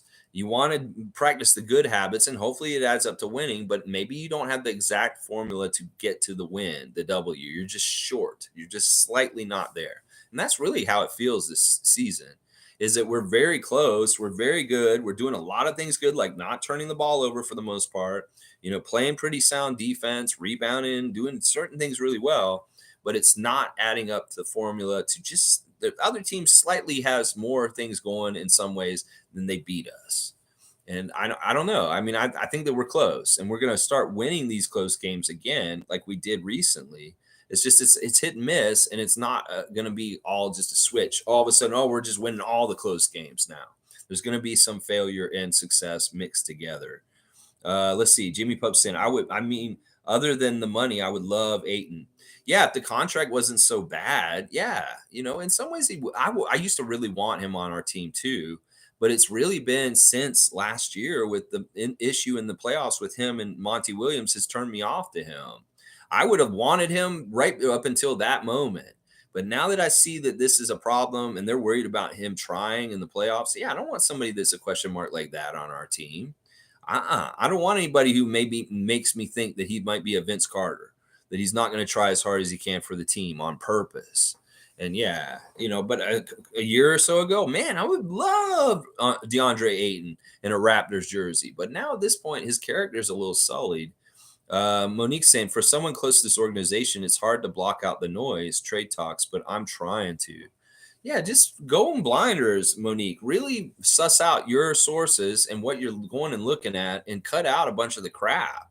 Figure out who's actually factual and the people that are necessary to get the information that you like to get regularly, and then cut out all the extra bullshit, because there's a lot of extra bullshit out there that just isn't necessary to go and like look at or listen to. And Chris Haynes is one of them. He's one of them. Let's just put it that way, Monique. I don't pay attention to him. The news comes from the team. It comes from people, the team first. You'll hear stuff from the team when they announce it in the press conferences or the interviews. And then the person that I listen to next is the people who were there listening to the team. Josh Lewenberg, Michael Grange, Doug Smith, Orrin Weisfeld, Samson Folk, all the reporters are actually in the room. That's a level of like listening to people. I don't listen to anybody in the States because they don't have nothing to do with us. Maybe some of those Sports Illustrated guys like Tim Bontemps may have a little bit of knowledge on what's going on with us, Zach Lowe. But for the most part, they're not on the ground with us and not very specifically knowing what's going on with us like Michael Grange or Josh Lewenberg would. So I listen to the team, the players first, and then I'll listen to our own media guys second. And then everybody else, whether it's like Raptors Republic, whether it's podcasts, whether it's ESPN talking heads on ESPN, I don't listen to any of them. I really don't. I only listen to the reporters that are directly talking to the team and the team. And that's it. The rest of it, you cut all the rest of it out, it's all bullshit otherwise. Alistair saying no more young assets that will get upset at their role like OG because they have too much to offer to be a side piece or in Nick Nurse's doghouse. Get role players to support Siakam and Gary Trent to make it simple. Yeah, that's kind of a weird thing about roster building is you want to get the best possible talent when you draft. You want to take the best possible talent, but do you draft for need or talent? Because in some ways you want to draft for need. If you really need certain positions or certain roles filled, but man, the best possible athlete, best possible talent is there also. And then boom, all of a sudden you got a team like the Raptors because it's like a lot of good talents. But maybe we do need some more role players or guys that already know that they're kind of going to be a secondary kind of role on the team.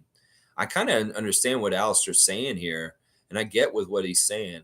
I don't think that I think that using him in this example isn't good because it's not true. He's not upset about his role. That's all bullshit. That's all made up bullshit too, because that doesn't make any sense to me. He really loves playing defense, and he is getting offensive opportunities. So, yeah, I know that that's just an example you're using. That's not actually the truth because he's not upset with his role. In fact, he debunked it yesterday. He told everybody he's not unhappy in Toronto.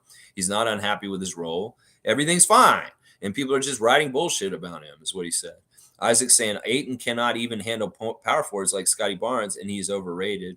I'd rather fly the flag and draft a more than serviceable big man instead of giving up $30 million-ish in salary and potential draft picks. Yeah. Okay. Listen, the consensus from you guys, this is part of the reason why I love doing this channel, is because, all right, I'll have an opinion and think of things in my head, but like listen to you guys and y'all's perspectives, and we add it all together, we kind of get to a consensus. It's like, you know what? You guys are really selling me on not wanting Ayton. As much as it seems like he would be a quick fix for our center need, there may be a lot of more to the price of having him that's not worth it. Exactly what the price is. Click's back. Okay, good. I'm glad Click came in and he's got a comment during the stream. Our bench is so bad. You see, Nick Nurse made mistakes this season, but if you want to win, you can't play our bench a lot. In some ways, he's forced to play starters 40 plus. Bench is stagnant offense. you know, Listen, this is one of the things that I have a knock on Nick for is that I don't care how bad these bench players are. That's not an excuse. Listen, Phil Jackson, when he coached the Bulls in the 90s, he didn't have like amazing bench players. He had role players like Steve Kerr and Ed Neely and like Will Perdue. These guys were not good players. They were not good players, but they were used effectively within roles and what they could do and being very helpful. That's what I'm saying. We can have this bench, and this bench may not be the most talented bench in the world, but you can get way more out of it, Nick, if you just did more stuff like old school teams do and using role players off the bench.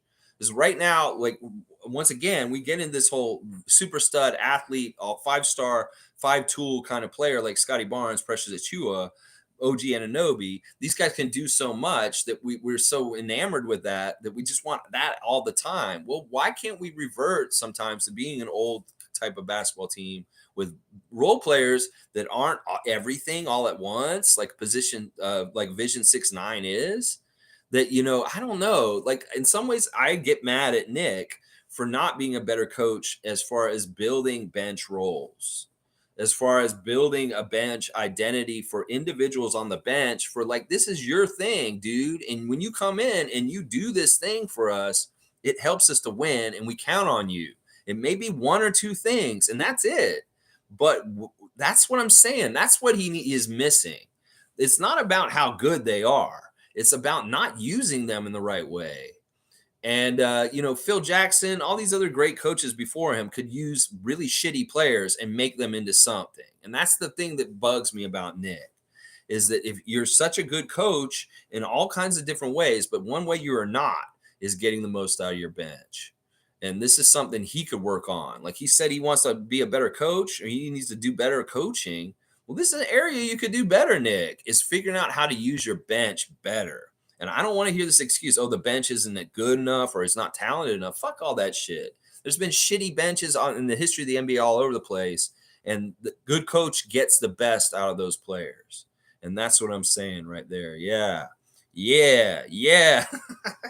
Thank you, Click, for showing up. Original Raptors Freak, a good Raptors Freak. Forgetful saying, okay, all right. I'll climb in. Okay, let me see what he's saying. Forgetful.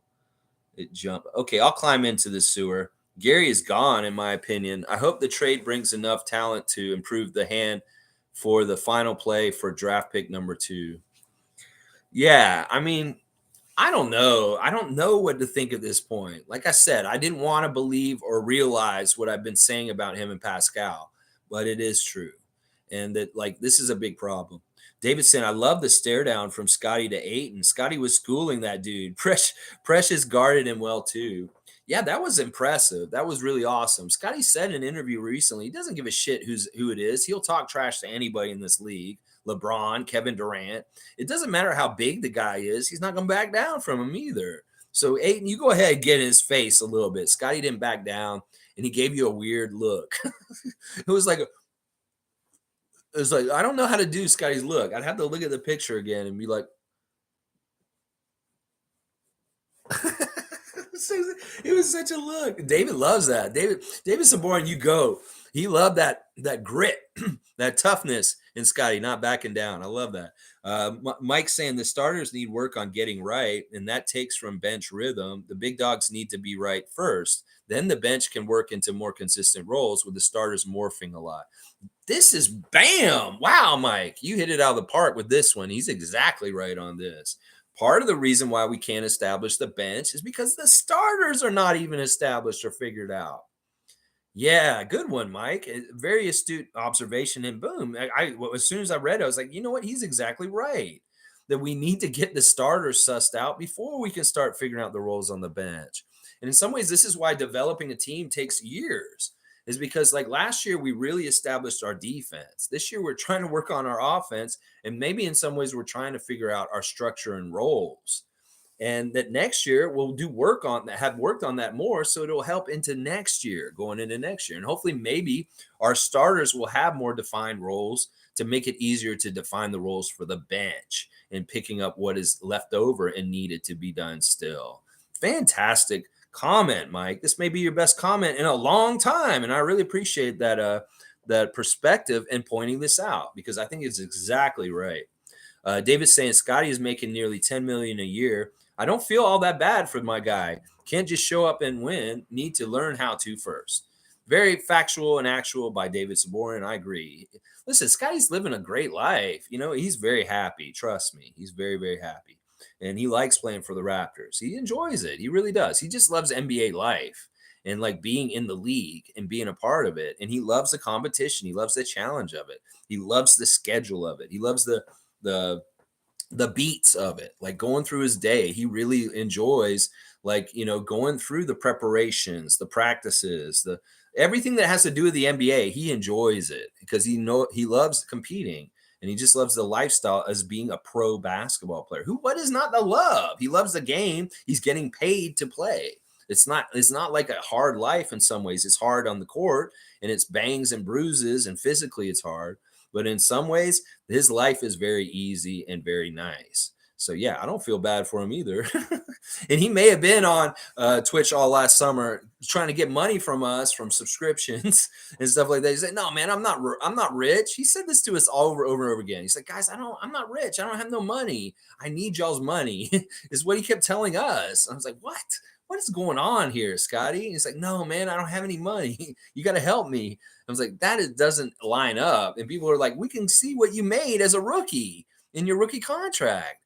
And he's like, "You don't understand. Just because I got that, that's nothing. I've got no money," is what he said. I'm like, And that made me think. I was like, maybe he had a bunch of debt and he had to pay it all with his money originally. And that's why he has no money right now. I don't know. He's wearing nice clothes, so he must have some money. Although he's buying a $200 shirt and turning around and taking it right back the next day after he wore it once. I don't know. Jimmy's saying, I feel Scottie needs to be the guy. It will eventually naturally happen. He just is. Like, honestly, in some ways, he's like that kind of superstar, like Magic, Larry, or LeBron, because he can do anything at any given time to help us win, whether it's a block, a steal, a rebound, a big shot. He could be hitting a three, he could be hitting a dunk, he could be hitting a no-look pass to somebody else, and they're hitting a big shot. He just has everything to do.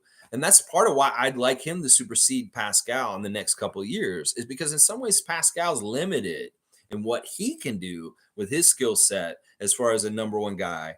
In some ways, he's not a very good number one guy. And Scottie is a good number one guy because of all the stuff I just said. So, yeah, I'm with you, Jimmy. And it will naturally happen. It will naturally happen. And Pascal will be more comfortable in the secondary role. Trust me. It'll be just like when Kawhi was on our team. And it'll be a lot easier. And in some ways, he'll be more savvy and vet at that point to really pick the times where he might need to step up and be absolutely the man over Scottie at times, but very good at smart at taking a backseat and allowing Scottie at times to be the man himself. That he'll get wiser with this as he continues to become a better and better player, Pascal Siakam. Mike saying, I like the fourth quarter early is Scottie time against every team to get him the reps against every team, type of team, and learn what he needs to work on and what he can and can't do at well-placed experience. Yeah, I like that time too. And I think it's been very successful for setting up the fourth quarter near the crunch time, near the end, to have fresh legs. that this is really Scottie's time because we need to get Freddie rest at that time for sure. So yeah, I've really enjoyed that period of time too, but he hasn't stuck to it completely. And then in some ways, he put too many of the bench guys all at once out there at the same time, and it backfired. They were not good, and they were losing suddenly, quickly, and he panicked, and that's why I brought Fred in early. Cool Cat saying, I've been thinking about roster empower OG offense, move OG to shooting guard like Kawhi for perimeter defense, get a center, precious bench to boost, move Gary, Klutch contract. Yeah, okay. So you want to put, I've always loved the idea of OG playing shooting guard. That means we have three guys that are bigger than him on the court. That's fantastic. Consider we were playing him at center when we were in Tampa, and that was such a travesty and so messed up because in some ways you're not utilizing his skills to the best at what position. He should be at the two because he's so strong, he's so big, and he's so quick that he can do so many good mismatches being slotted at the two spot for us. So I'm very much about OG playing shooting guard. Very, very much about that. Get a center. See, I like Precious starting at center right now. In fact, it's working really well. But I do believe that like we still need to get a center, but it may not be a starting center. It may just be that we need either Koloko to continue to get better in the short future and just be a role player off the bench as a shot blocking, rim protecting center for us, or we do still go turn around and get a new player altogether that fills this role. But I don't necessarily think this needs to be a starting center. That's what I'm saying. Is that Precious in some ways? I think we need to keep a role for him in the starting lineup. That he is a really good starter in some ways, and that maybe the new guy that we get needs to come off the bench and just be another look like a rim protecting big center, traditional center, but not necessarily starting. Is what I'm saying. All right, fun guy saying, crazy to say Scottie's playmaking isn't ready. He's already our best playmaker. Siakam is regarded as that, but he commonly does it only off double teams.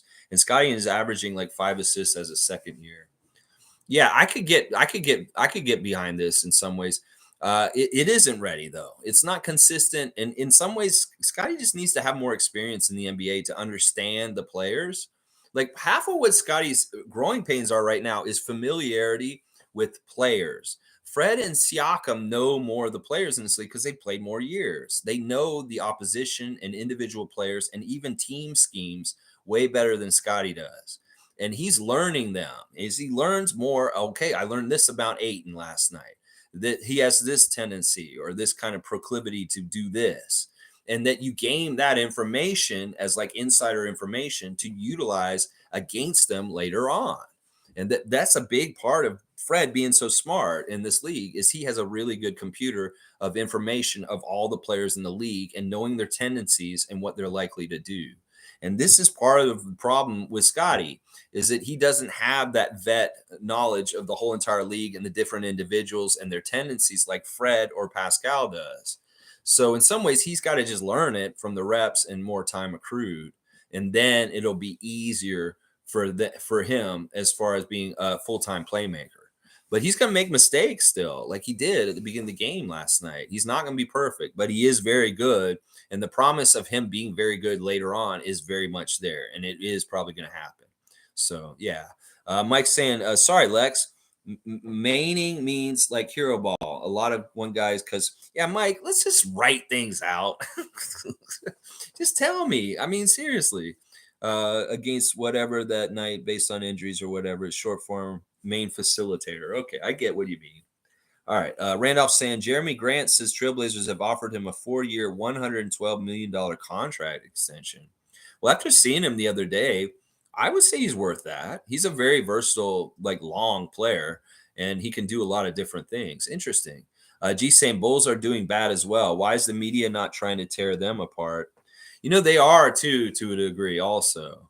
I mean, they're getting a little bit of a similar thing happening to them as what's happening to us. A lot of these teams right around us are going through this. Indiana, Washington.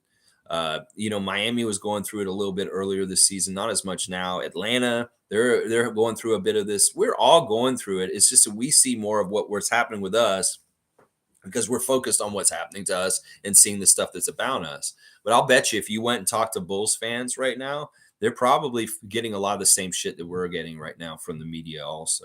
I know in particular they were pulling apart Zach LaVine from the team and a lot of the stuff they were writing and saying that he's not going to be on this team next year, that he does not want to play for the Bulls anymore. And then, Lonzo Ball being hurt and not being around has really been bad for them. Like they needed them to be healthy, and his absence has not given them a proper chance with that core. And it may not ever get that chance because he's been gone for so long. And these guys are just going to dissipate. They're going to go away and go to other teams now because it's just not working. Yeah, but they're getting torn apart too, trust me, by certain media and different things too down there. And David's saying it's because they're not Canadian. Well, we just don't hear it. Trust me, that noise is going on down there, especially in their markets. Like Chicago sports media is probably all over the Bulls not being as good as they should be and the expectations they had for them. And yeah, there's trust me, it's happening to everybody. It's just that we see what's happening to us because that's what we're looking at. Monique's saying thoughts on the pink pull over sweaters by the coaches. Yeah. All right, Monique. Yeah. Thanks for bringing this up. They were weird. I was like, what are the coaches? This is weird. What are the coaches wearing? I thought that was the Phoenix bench at first because it seemed like more like one of their colors. They're fine. I mean, it's interesting. Like this was a topic recently about how the coaches like don't have to wear suits anymore. It used to be there was a dress code for the NBA. And then around the pandemic, it all went away. And Nick Nurse loves this. He used to hate having to wear, like, they used to have to wear suits with a tie. All of the coaches, there was a dress code. They lifted it. And now these guys can wear these sporty, like, Star Trek kind of like faux turtlenecks and zip ups. And they look great. And quite often they're cool, like they're black or something like that. But last night they had a very weird, like fuchsia, like, I don't know, like it wasn't Pepto pink. I don't know what it was. It was like shag carpet pink kind of like look that they had going on yesterday. It was very maybe inspired by Yusuf Nurkic's a coat that he wore against us with the Portland game the other night. Maybe they're like, ooh, Nurkic has got a style profile that is off the charts. Let's wear that for our game next game, Nick. Yeah, he looks so styling with his grandma and his little locket and that flashy velvet suit that Nurkic was wearing. We want to look like him for our next game. I don't know. It's a good question, but thank you, Monique, for bringing it up. Jimmy is feeling G about this whole thing about why aren't they trying to pull the Bulls apart? They are, trust me. I've seen some of the noise about them too. ESPN has put like their dysfunction on blast too. Trust me. Logical saying, fun guy, if you got the replay site, go back and watch the early fourth with Scottie calling the offense and trying to run point guard against a well-coached team. It was bench versus bench. Scottie couldn't penetrate the D. Part of it is true. Like that's a very good veteran team. In particular, Chris Paul's presence on that court is such an X factor, just like Fred is for us. And that in some ways, that point, I don't remember if Chris was out there going against it or not. But they did. They handled it very well. But I think the problem was with that unit, it was for bench with Scottie. That he needed at least Gary out there with him or Pascal with him. And that's why they get a stagger when they rest the starters. You can't rest them all at once. It really is got to be different ones in different places. And at least 2 starters should be out there. I don't think we should ever have 4 bench players playing on the court at one time. There should always be at least 2 starters on the court at all times. Now, you figured out that puzzle. It's a logic puzzle, Nick. You can have 2 starters on the court at any given time, all the time, but you have to mix and match these bench guys in so that none of your guys get over 35 minutes by the end of the game, and that you have Fred fresh for the last 3 or 4 minutes of the game. I don't care how you do it, way you do it, but figure out that logic puzzle. It's like your rotation should be like a logic puzzle every single night. That you got to kind of change and switch around. It's like a Sudoku. You just got to figure out how it all fits and where it fits nice and tight in the right way. So yeah, figure out these logic puzzles of our lineup because I feel like you can do better with that for sure. G saying, would you like to see more Dalano? He can be chaotic, but personally to me, he's fun to watch when he runs and forces the team to run. Yeah, it was nice to see him suited up to play, but of course he didn't. But yeah, at least he's healthy again and he is available if Nick does want to call his number. I love Delano's game. I want to see more of him for sure, G. And he is a little chaotic. But, listen, this year, I don't feel like they're doing him right this year. Last year, they did him really well. This year is something weird going on with him. And I hope that it doesn't mess him up and get him out of the league just because of kind of the stalling out of his career this season. So Delano, go get that brass ring, grab it, and run with it. Just take your chances when you get them and make the best of them so they can't say no to you. So you got to do it that way, Delano. You just got to play way better.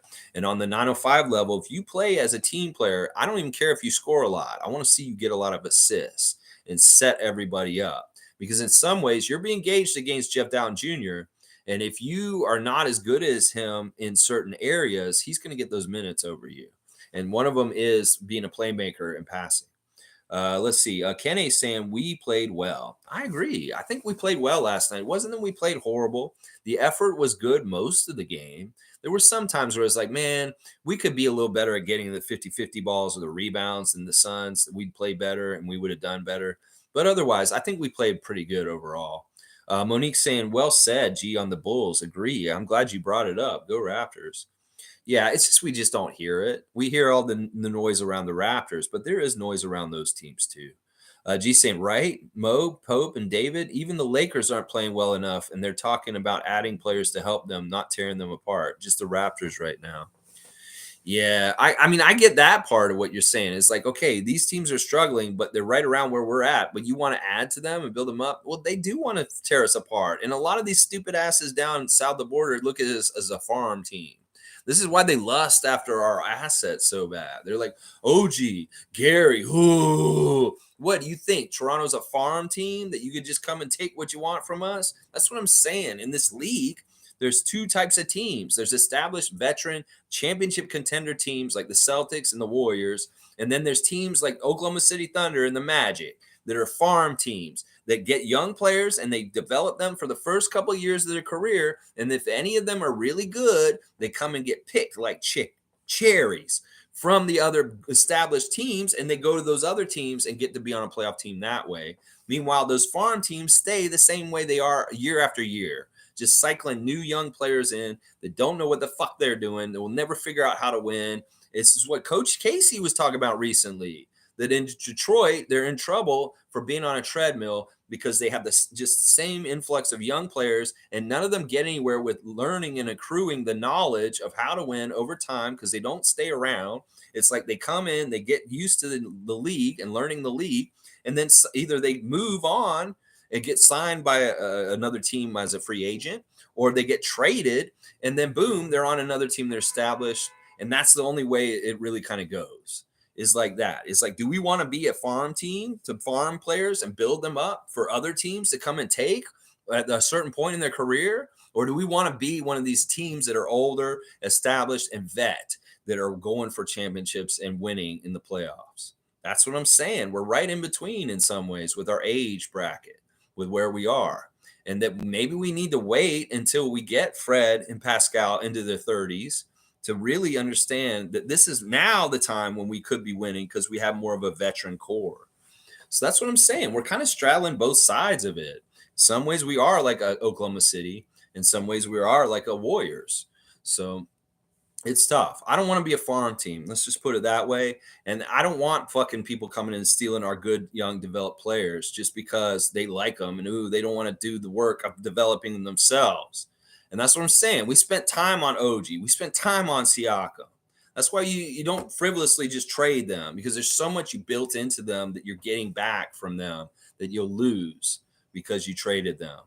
Let's see. The Raptors aren't talking. The media is. That's right. Anything you hear about the Raptors is nothing from them because they are mum's the word. Lips are sealed. They don't talk. So it's all made up shit.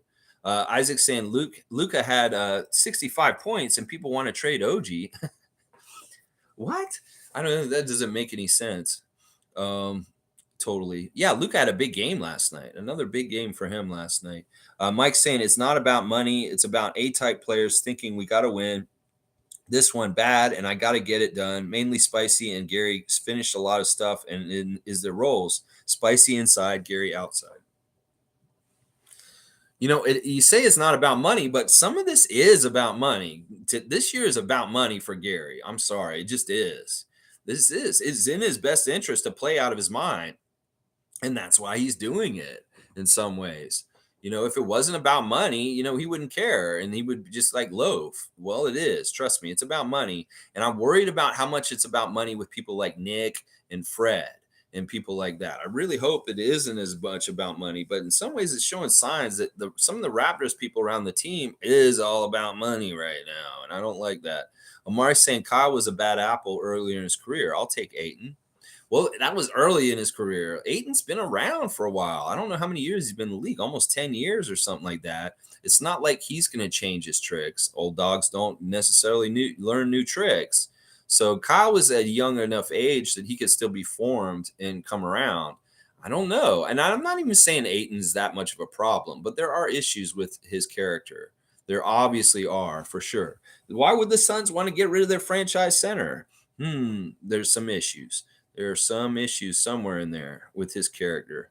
Mike saying Kyle had the rep of being hard to coach, back talking the coach and crap. Then Masai, if you want to be a top player, all right. Then Masai said to him, if you want to be a if you want to be a $10 million player, talk. See, Mike, you're not forming sentences. I'm not going to read your comments anymore until you start writing them in a coherent way. You need to read them and proofread them before you send them.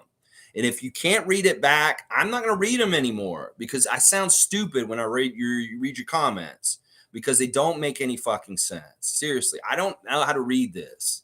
I don't know how to read this. I know what you're trying to say, but it takes too much from me to have to decipher your Morse code into something intelligent to say as far as like it doesn't make any sense. So, Mike, please proofread before you send.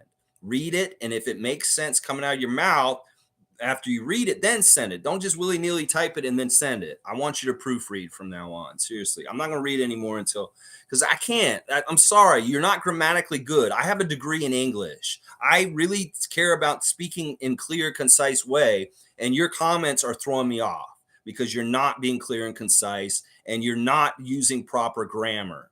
So please proofread, or I'm not going to read your comments anymore. I'm getting sick of this. This has been a consistent problem with you since you've been here. Cool Cat saying Pascal was always passing to Gary. However, he tried to mix it up by passing more to OG because OG needed to be rewarded for hard work too. He was trying to increase OG's attempts. I know what you're saying, and this was when OG was playing, and he hasn't been playing recently. What I'm just noticing, Cool Cat, seriously, there's times at the end of the game where Siakam has Gary open in the corner, and Scottie would just throw it over to him, and Gary would shoot it, and he's not giving it to him. He sees him. He's not passing to him, and I don't know why. I don't know if it's doing it on purpose, if he's just missing it, but that's not the reason why that he's trying to give the ball more to OG. He's freezing him out. And like I've seen it happen, like in a couple times near the end of the game, I'm like, fuck, there's Gary wide open over there. If you get it to Gary, he's going to make that three and it will help us.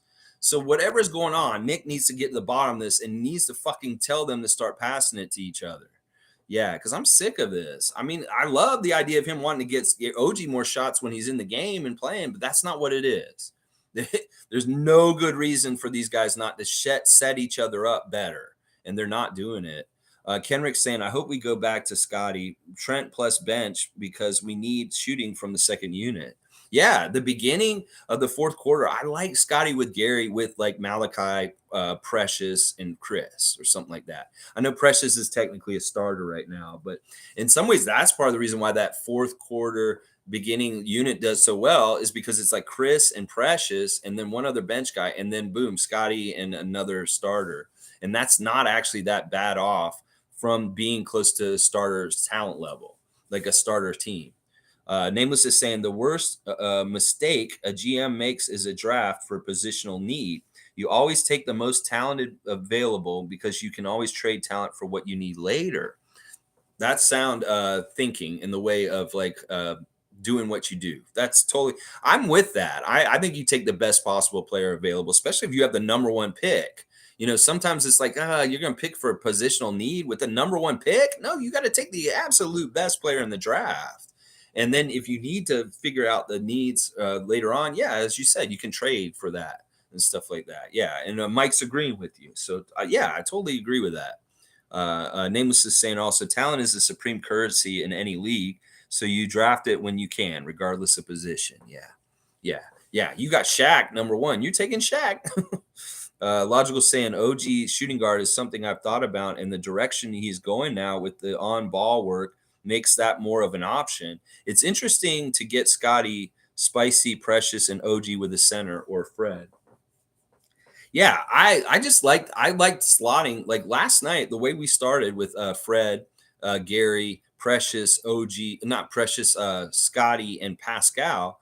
If you slot that the starting lineup, you got Precious at the center. Scottie's really the power forward center, and then Siakam small forward. And in the same way that I like OG at shooting guard, I like Siakam at the small forward because once again we've used him at a higher like at the 5 or the 4, and that's a detriment to him. In some ways, he's much more effective and able to kill people at the 3. And that's why I was saying if we slot Siakam and OG down to 2 and 3, whoo, there's a lot of good gold to mine from that situation. And I feel like the more we go in that direction, the better. We get the size further down the lineup, closer to like you just have Fred as the only short guy out there, and OG's the shooting guard. It's pretty good. Nameless saying now you've got Monty Williams walking around the court in a full tracksuit. Even worse, looks even more like a player taking up space. I know. That's what I'm saying. I kept seeing him walk on the court and it was bugging me.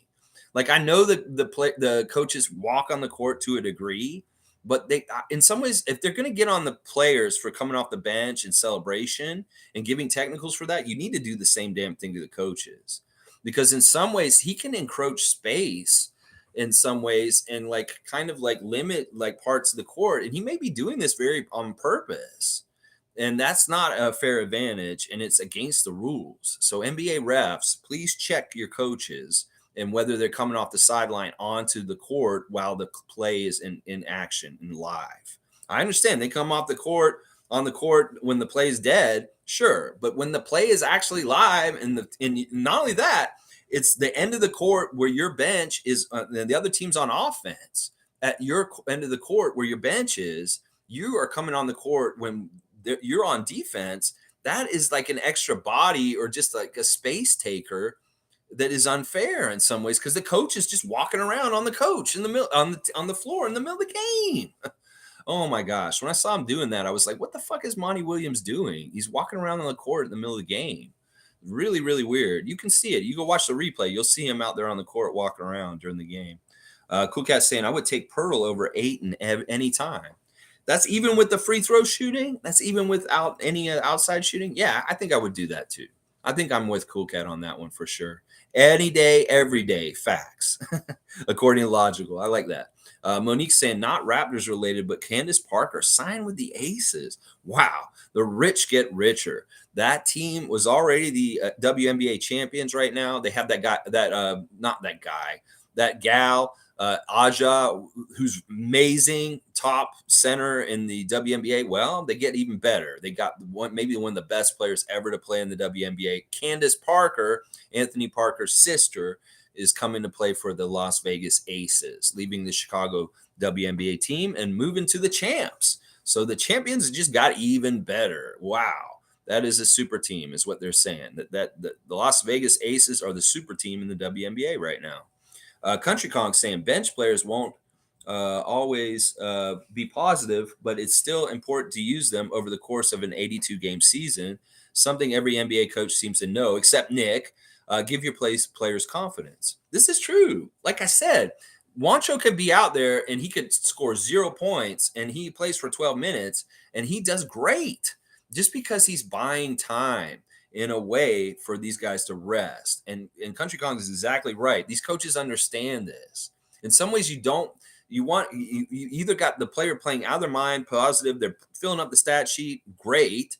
Well, if they're not filling up the stat sheet, but they're not doing anything bad to cause turnovers or defensive lapses where the other team's scoring, they're just place holding and just neutral. They're not adding too much that's good, but they're not causing anything that's super negative. That's good in a way. It's the problem is when the bench comes out and they're causing turnovers, they're missing a ton of shots, and they're absolutely taking away from us, and we're losing because of them. That's the difference. Wancho walks a line that he's just like neutral, and he's like, all right, I'm not hurting y'all, but I'm not really super helping y'all either. But I am eating up minutes and buying time for rest for the starters. So that is smart right there. Nameless saying Ayton is only 24, not 10 years. He's only 24. That's bullshit. That's not right. That is not right. You're not right there. DeAndre Ayton is not just 24. If he is just that young, I'm gonna be shocked. Holy crap, he is only 24. You know what? Maybe it's just one of these things where I think he's super old because he looks old. I feel like he's been in the league forever. That's crazy. He's only 24. All right, well, maybe there is a chance for him to come around like Lowry. I'll eat my words. How long has he been in the league? Let me look at this real quick. That is crazy. He's only played 4 years in the league. I thought he's played way longer than that. This is weird. This doesn't make sense to me. I feel like I fell in a wormhole with DeAndre Ayton. I feel like he's been in the league like 7, 8 years, but now, no, he's only been in the league 4 years. Okay. I stand corrected. I was wrong, Nameless. I appreciate you correcting me. And once again, you can see I can be very wrong. And I want to be corrected if I'm wrong. And Nameless has got me here. Okay, he just looks deceptively old. This is kind of like Serge Ibaka stuff here. You know, you look older than you are. Okay, he's only 24. Holy crap. Okay, all right. Well, then maybe there is a chance to bring him around. I don't know. Maybe we could fix him. Who knows? Logical saying the Masai, if you want to be a $10 million player, talk changed his attitude towards respecting coaches. Also, Lowry and DeRozan had the talk of the plane on the plane about Masai blowing the team up more. Sorry.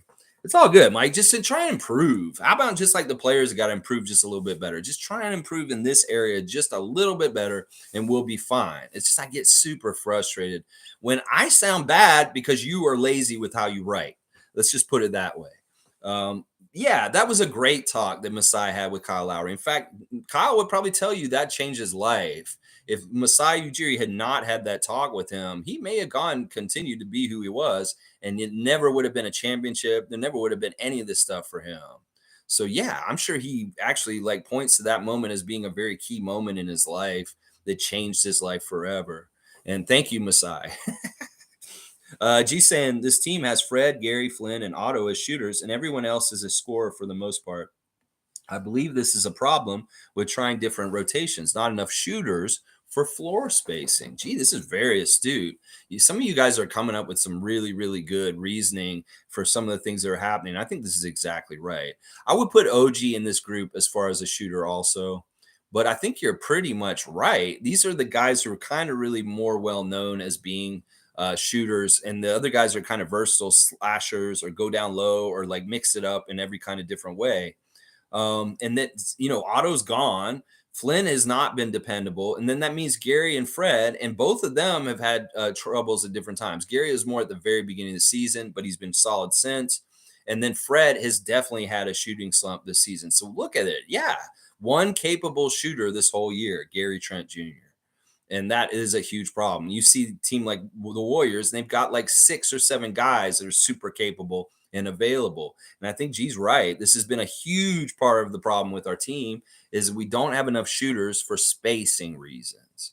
And that makes everything open up real nice when you got people making shots. So yeah, I'll agree with that. G, very, very astute. Very, very astute comment.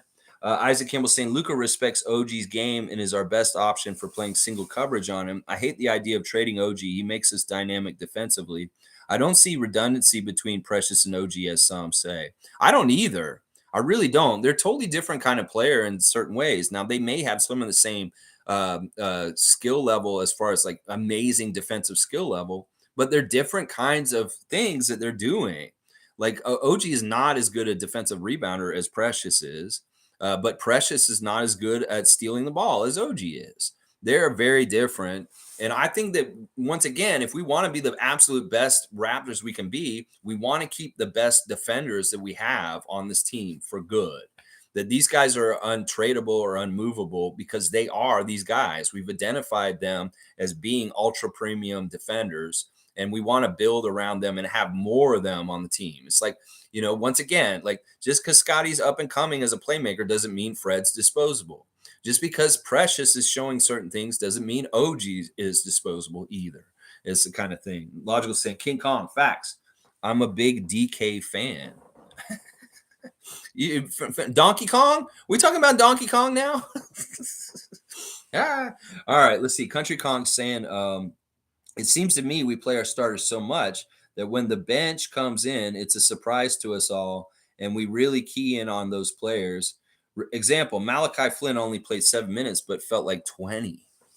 Yeah, it did seem like he got a lot more time out there in some ways. Even Koloko, he only played 2 minutes, but it felt like he was out there longer for some reason. Yeah, I know. I mean, we're really on them too, because we really want them to be successful and stay out there longer. So it's like every time Malachi takes a shot, we're all holding our breath and we're all like, oh my gosh. And when he misses them, we're all like, oh, he failed again. So we're really, really on him or paying really closely attention to him. Because in some ways, it's like he's making it or breaking his career with his jump shot right now. So yeah, I totally get what you're saying, Country Kong. And that maybe the microscope and this whole thing's become bigger than it is because it is such a problem and we're looking at it so intensely. We got to allow different levels of success with the bench. And in some ways, last night, the bench wasn't totally bad, even though they didn't score a lot. I mean, they didn't absolutely kill us also, which is part of it. King Adium is here. Good to see you every morning, 9:30 a.m. We're talking Raptors. We'll be here tomorrow previewing the Utah Jazz game tomorrow morning. Can't slide Siakam into small forward. He can't shoot. Well, I'm going to beg to differ on this. He may have came in this league and he couldn't shoot, but he's worked very, very hard over his career to get better and better at shooting. Last summer, he spent a huge chunk of the summer working on his three-point shot. And in some ways, I wish I could say it's better than it was last season, but it isn't totally, no. He's shooting about the same from three-point range as he did last year.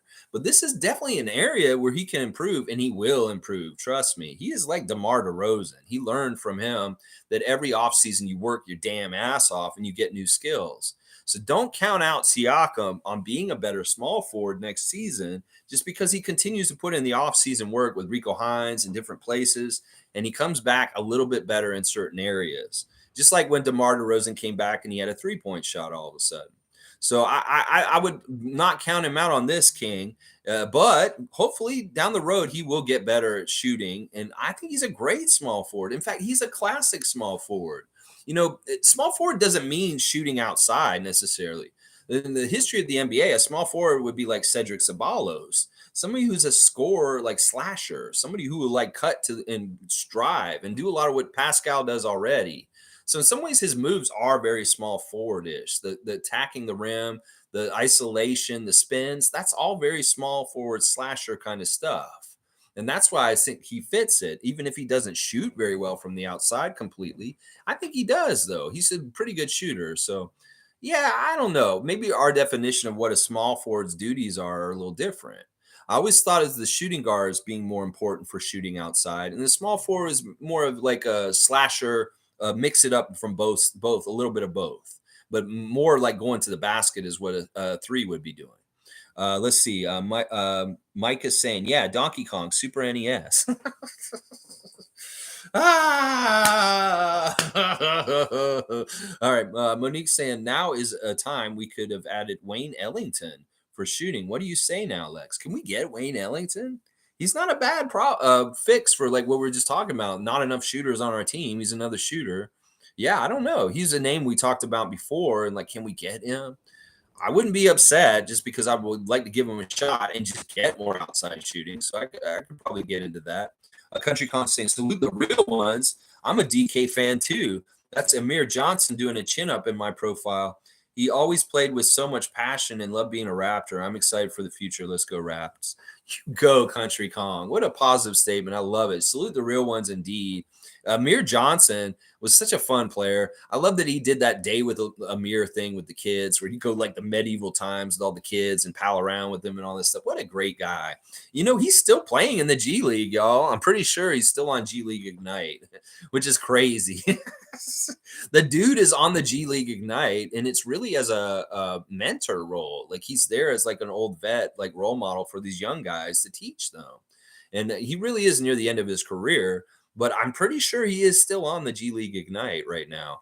David's saying, I like that kid on the 10 days we had recently. Guess he was missing something we were looking for. He certainly had the stroke. Yeah. Joe Wieskamp was very interesting, but now he's back with the Wisconsin herd. And yeah, it is what it is. I mean, we just got to trust in Bobby Masai that, they got something in the bigger picture coming, and that's part of the reason why they had to let him go. G saying Ish, O'Shea, Yuta. I think the constant turnover of the bench doesn't help either. Well, once again, we can't keep every single one of these guys. We have different people. We come in and test them and do different things. They may not be a total fit with us, and maybe they fit way better. I think Ish Wainwright is a very good example of this, that he fit Phoenix team way, way better, like a glove. And that's why he stuck there and he stayed there. Him getting on their rotation and being a regular player for them was such a long shot, guys. It's not like this dude was just a setup home run for sure. And in some ways, it really is showing an investment in him that they want to keep him on this team and play him as much. In some ways, he's older. He's like 27, 28. And he's like he's like early in his career. So in some ways, he's kind of behind. And it's a gamble to play him like they're doing right now. I don't think they're good examples. I think Yuta got a very long time with us to prove himself. And some of the things that we've seen with Yuta on the Nets this year has been very good and outstanding and made us like, why the fuck did we get rid of him? But you know what? Recently, he's also had some of his slides that were very much like when he played for us also. He has not played well at times. And specifically recently, he hasn't been playing that well. So it's ups and downs. Woulda, coulda, shoulda. Sometimes players just blossom in new areas and places they go to, like Brissett. And you can't forecast that. It's just how it is. We can't keep everybody and just keep them forever. We got to take gambles and risks, and sometimes guys will go other places, and they may have gotten better no matter what, no matter where they were. It may have been with us. It could have been with Indiana. It could have been with Brooklyn. It could have been with Phoenix. It woulda, coulda, shoulda. It's just how it is. Justin Champagny, we'll have to see what happens with him. And then people down the road will be saying, why did we get rid of Justin? Oh my gosh. I'm so sick of that. We just keep who we do and we go with who we got. And that's so be it. It is what it is.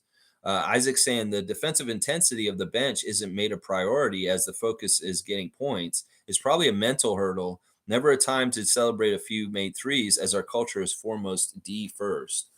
Yeah, I don't know. There's a couple of different things. Like I said, in some ways, I don't like that he's designating them as a bench and there's starters. That delineation, in some ways, is the problem. Is that there's the haves and the have-nots, and it shouldn't be that way. There should be bench players that are very much haves also, and kind of know what they should expect with what they're doing and what they're playing and stuff. In some ways, he starves the bench to make them hungry to play very well, for playing time. And I don't like that. I don't think that that's the way to do it in some ways. And more, it's better if you have established kind of things going ahead and where you say, all right, Chris, you can expect to probably play about 15 to 20 minutes and do your role off the bench like you normally do. Okay, coach, I'll expect that. Christian, we may not get to play every game, but we're going to play you like every 2 or 3 games, and you will get a good 10 minutes in those games that you get to play. Okay, I know what to expect, and I can try and make the best of what I get. And so that's what I'm saying. It's like more about what to expect. Some of these guys are showing up to games, and they're like, I don't know if I'm ever going to play again. Like Ken Burge right now. It's crazy. David's saying, great stream as always, Lex. Thanks for all the work you put into this for us in the Raptor community. One way or another, go Raps. Thank you, David. Yes, championship one way or another. Toronto Raptors, NBA champions 2020. I don't know. Could be 3, 4, 5, 6. It's going to be one of these years coming up. Trust me. All right, we're just at 2.5 hours. Let me just go over everything for the last little bit. Once again, my 3 stars for the night are Fred, Pascal, and Precious. Gary and Scottie weren't bad. They could have shot a little bit better. And Scottie was really active and doing a lot of intangibles. So I should kind of maybe put him in there instead of Pascal. The bench, just not that great. I hate seeing 15 points from the group of them. But once again, it is what it is. The other side, Mikal Bridges, he is the star of the game, the best player in the game last night, and he won his team the game last night. He won it at the beginning of the game, and he won it at the end of the game. DeAndre Ayton was too much to handle at times as a center in his size, and it showed. And then Chris Paul, veteran, savvy, Hall of Famer, showing up and hitting dagger threes here and there. That's a difference. Bridges and Paul had 4 and 3 3-pointers, 7 3-pointers between the two of them. Well, Fred and Gary, who needed to match them, had 5. So there's 2 free 3-pointers missing between the two teams in that way. Just once again, this is something I want to talk about real quick before I go.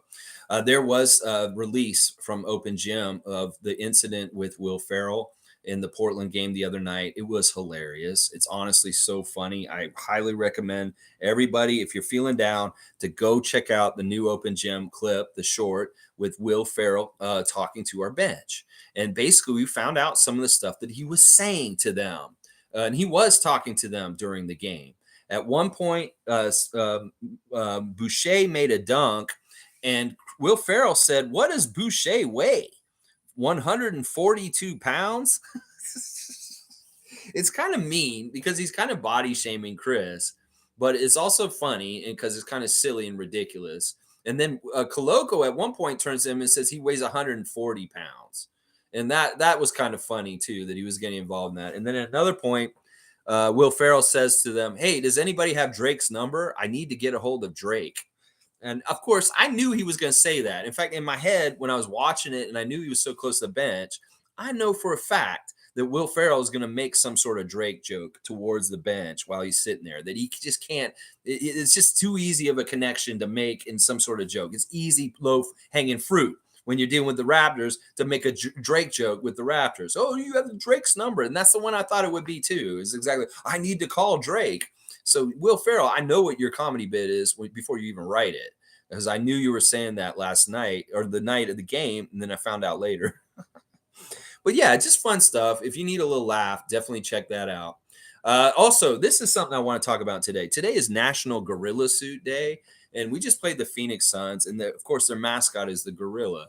Now, Stevie Roots sent me a text message last night saying, "Why the hell is the gorilla the mascot of the Phoenix Suns? Does this make any sense whatsoever?" Well, I'm going to give a little history lesson. We kind of talked about this last summer in a very special stream I did with my niece and nephew, ranking the mascots in the NBA and which the best ones to them as kids, which ones are most fun.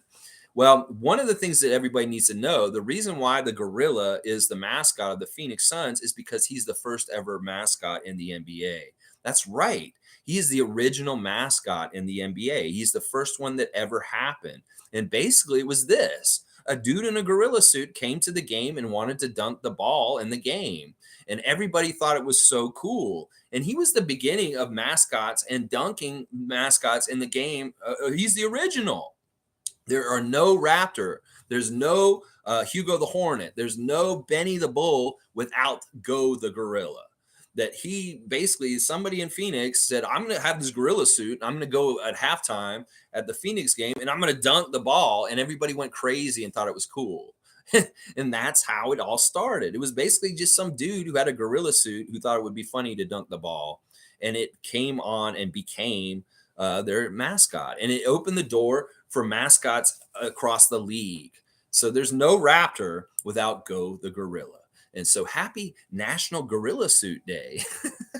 And that's why, Steve, that the gorilla is the mascot of the Phoenix Suns.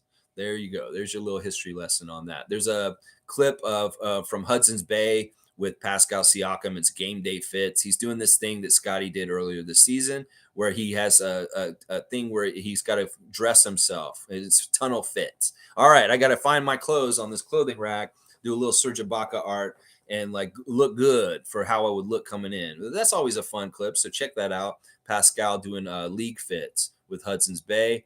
And then let me see if there's anything else on any of this other stuff that I'm looking at on my tabs that I forgot to talk about. That's pretty much it, I think.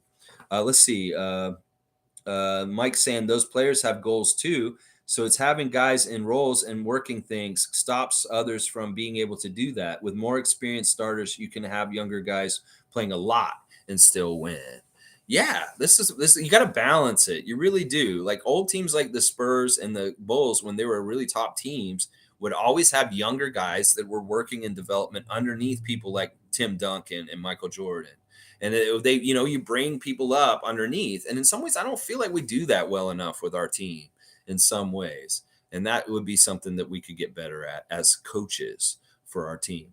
Monique saying information live stream Lex from everyone. Go Raptors. Always keep it positive, everyone. Positive. That's right, Monique. And thank you for so many Raptor icons in your lineup there. And Tom Duke saying more cowbells, Raptors. More cowbell. Do, do, do.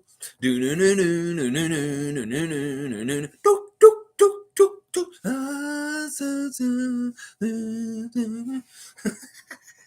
Isaac Campbell saying W to your Tuesday. Thank you, Isaac. And there's the gorilla. And Cool Cat saying, holy shit, only 24. Well, we should take him. It means he's being mid managed. All right, I know. Okay. Yeah, I didn't realize he was only 24 too. Deandre Ayton. All right, W to you, Tom Duke. Thank you, everybody, for joining me today for a reaction to the Phoenix Suns game last night. We lost.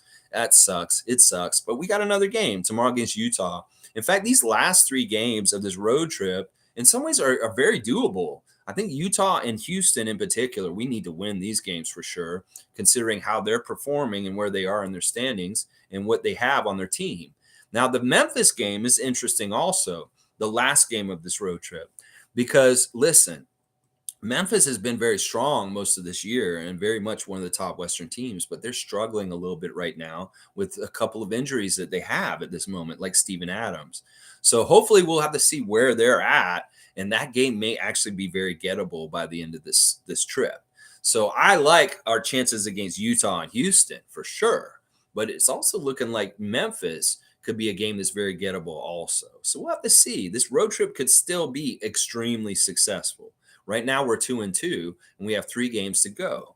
So if we win the next 2 games, well, it's a winning road trip. We just got to get 4 to make it a winning road trip. So beat Utah and beat Houston, and then we'll flip and see what happens with Memphis. And then boom, all of a sudden we've got a 5-2 West Coast road trip. Who knows? It's still very, very possible at this point. All right, y'all. Thanks. Please like, comment, share, whatever you want to do, subscribe to the channel. And I appreciate it. And I'll be back tomorrow to preview the Utah game for you guys tomorrow at 9:30 a.m. Let's grow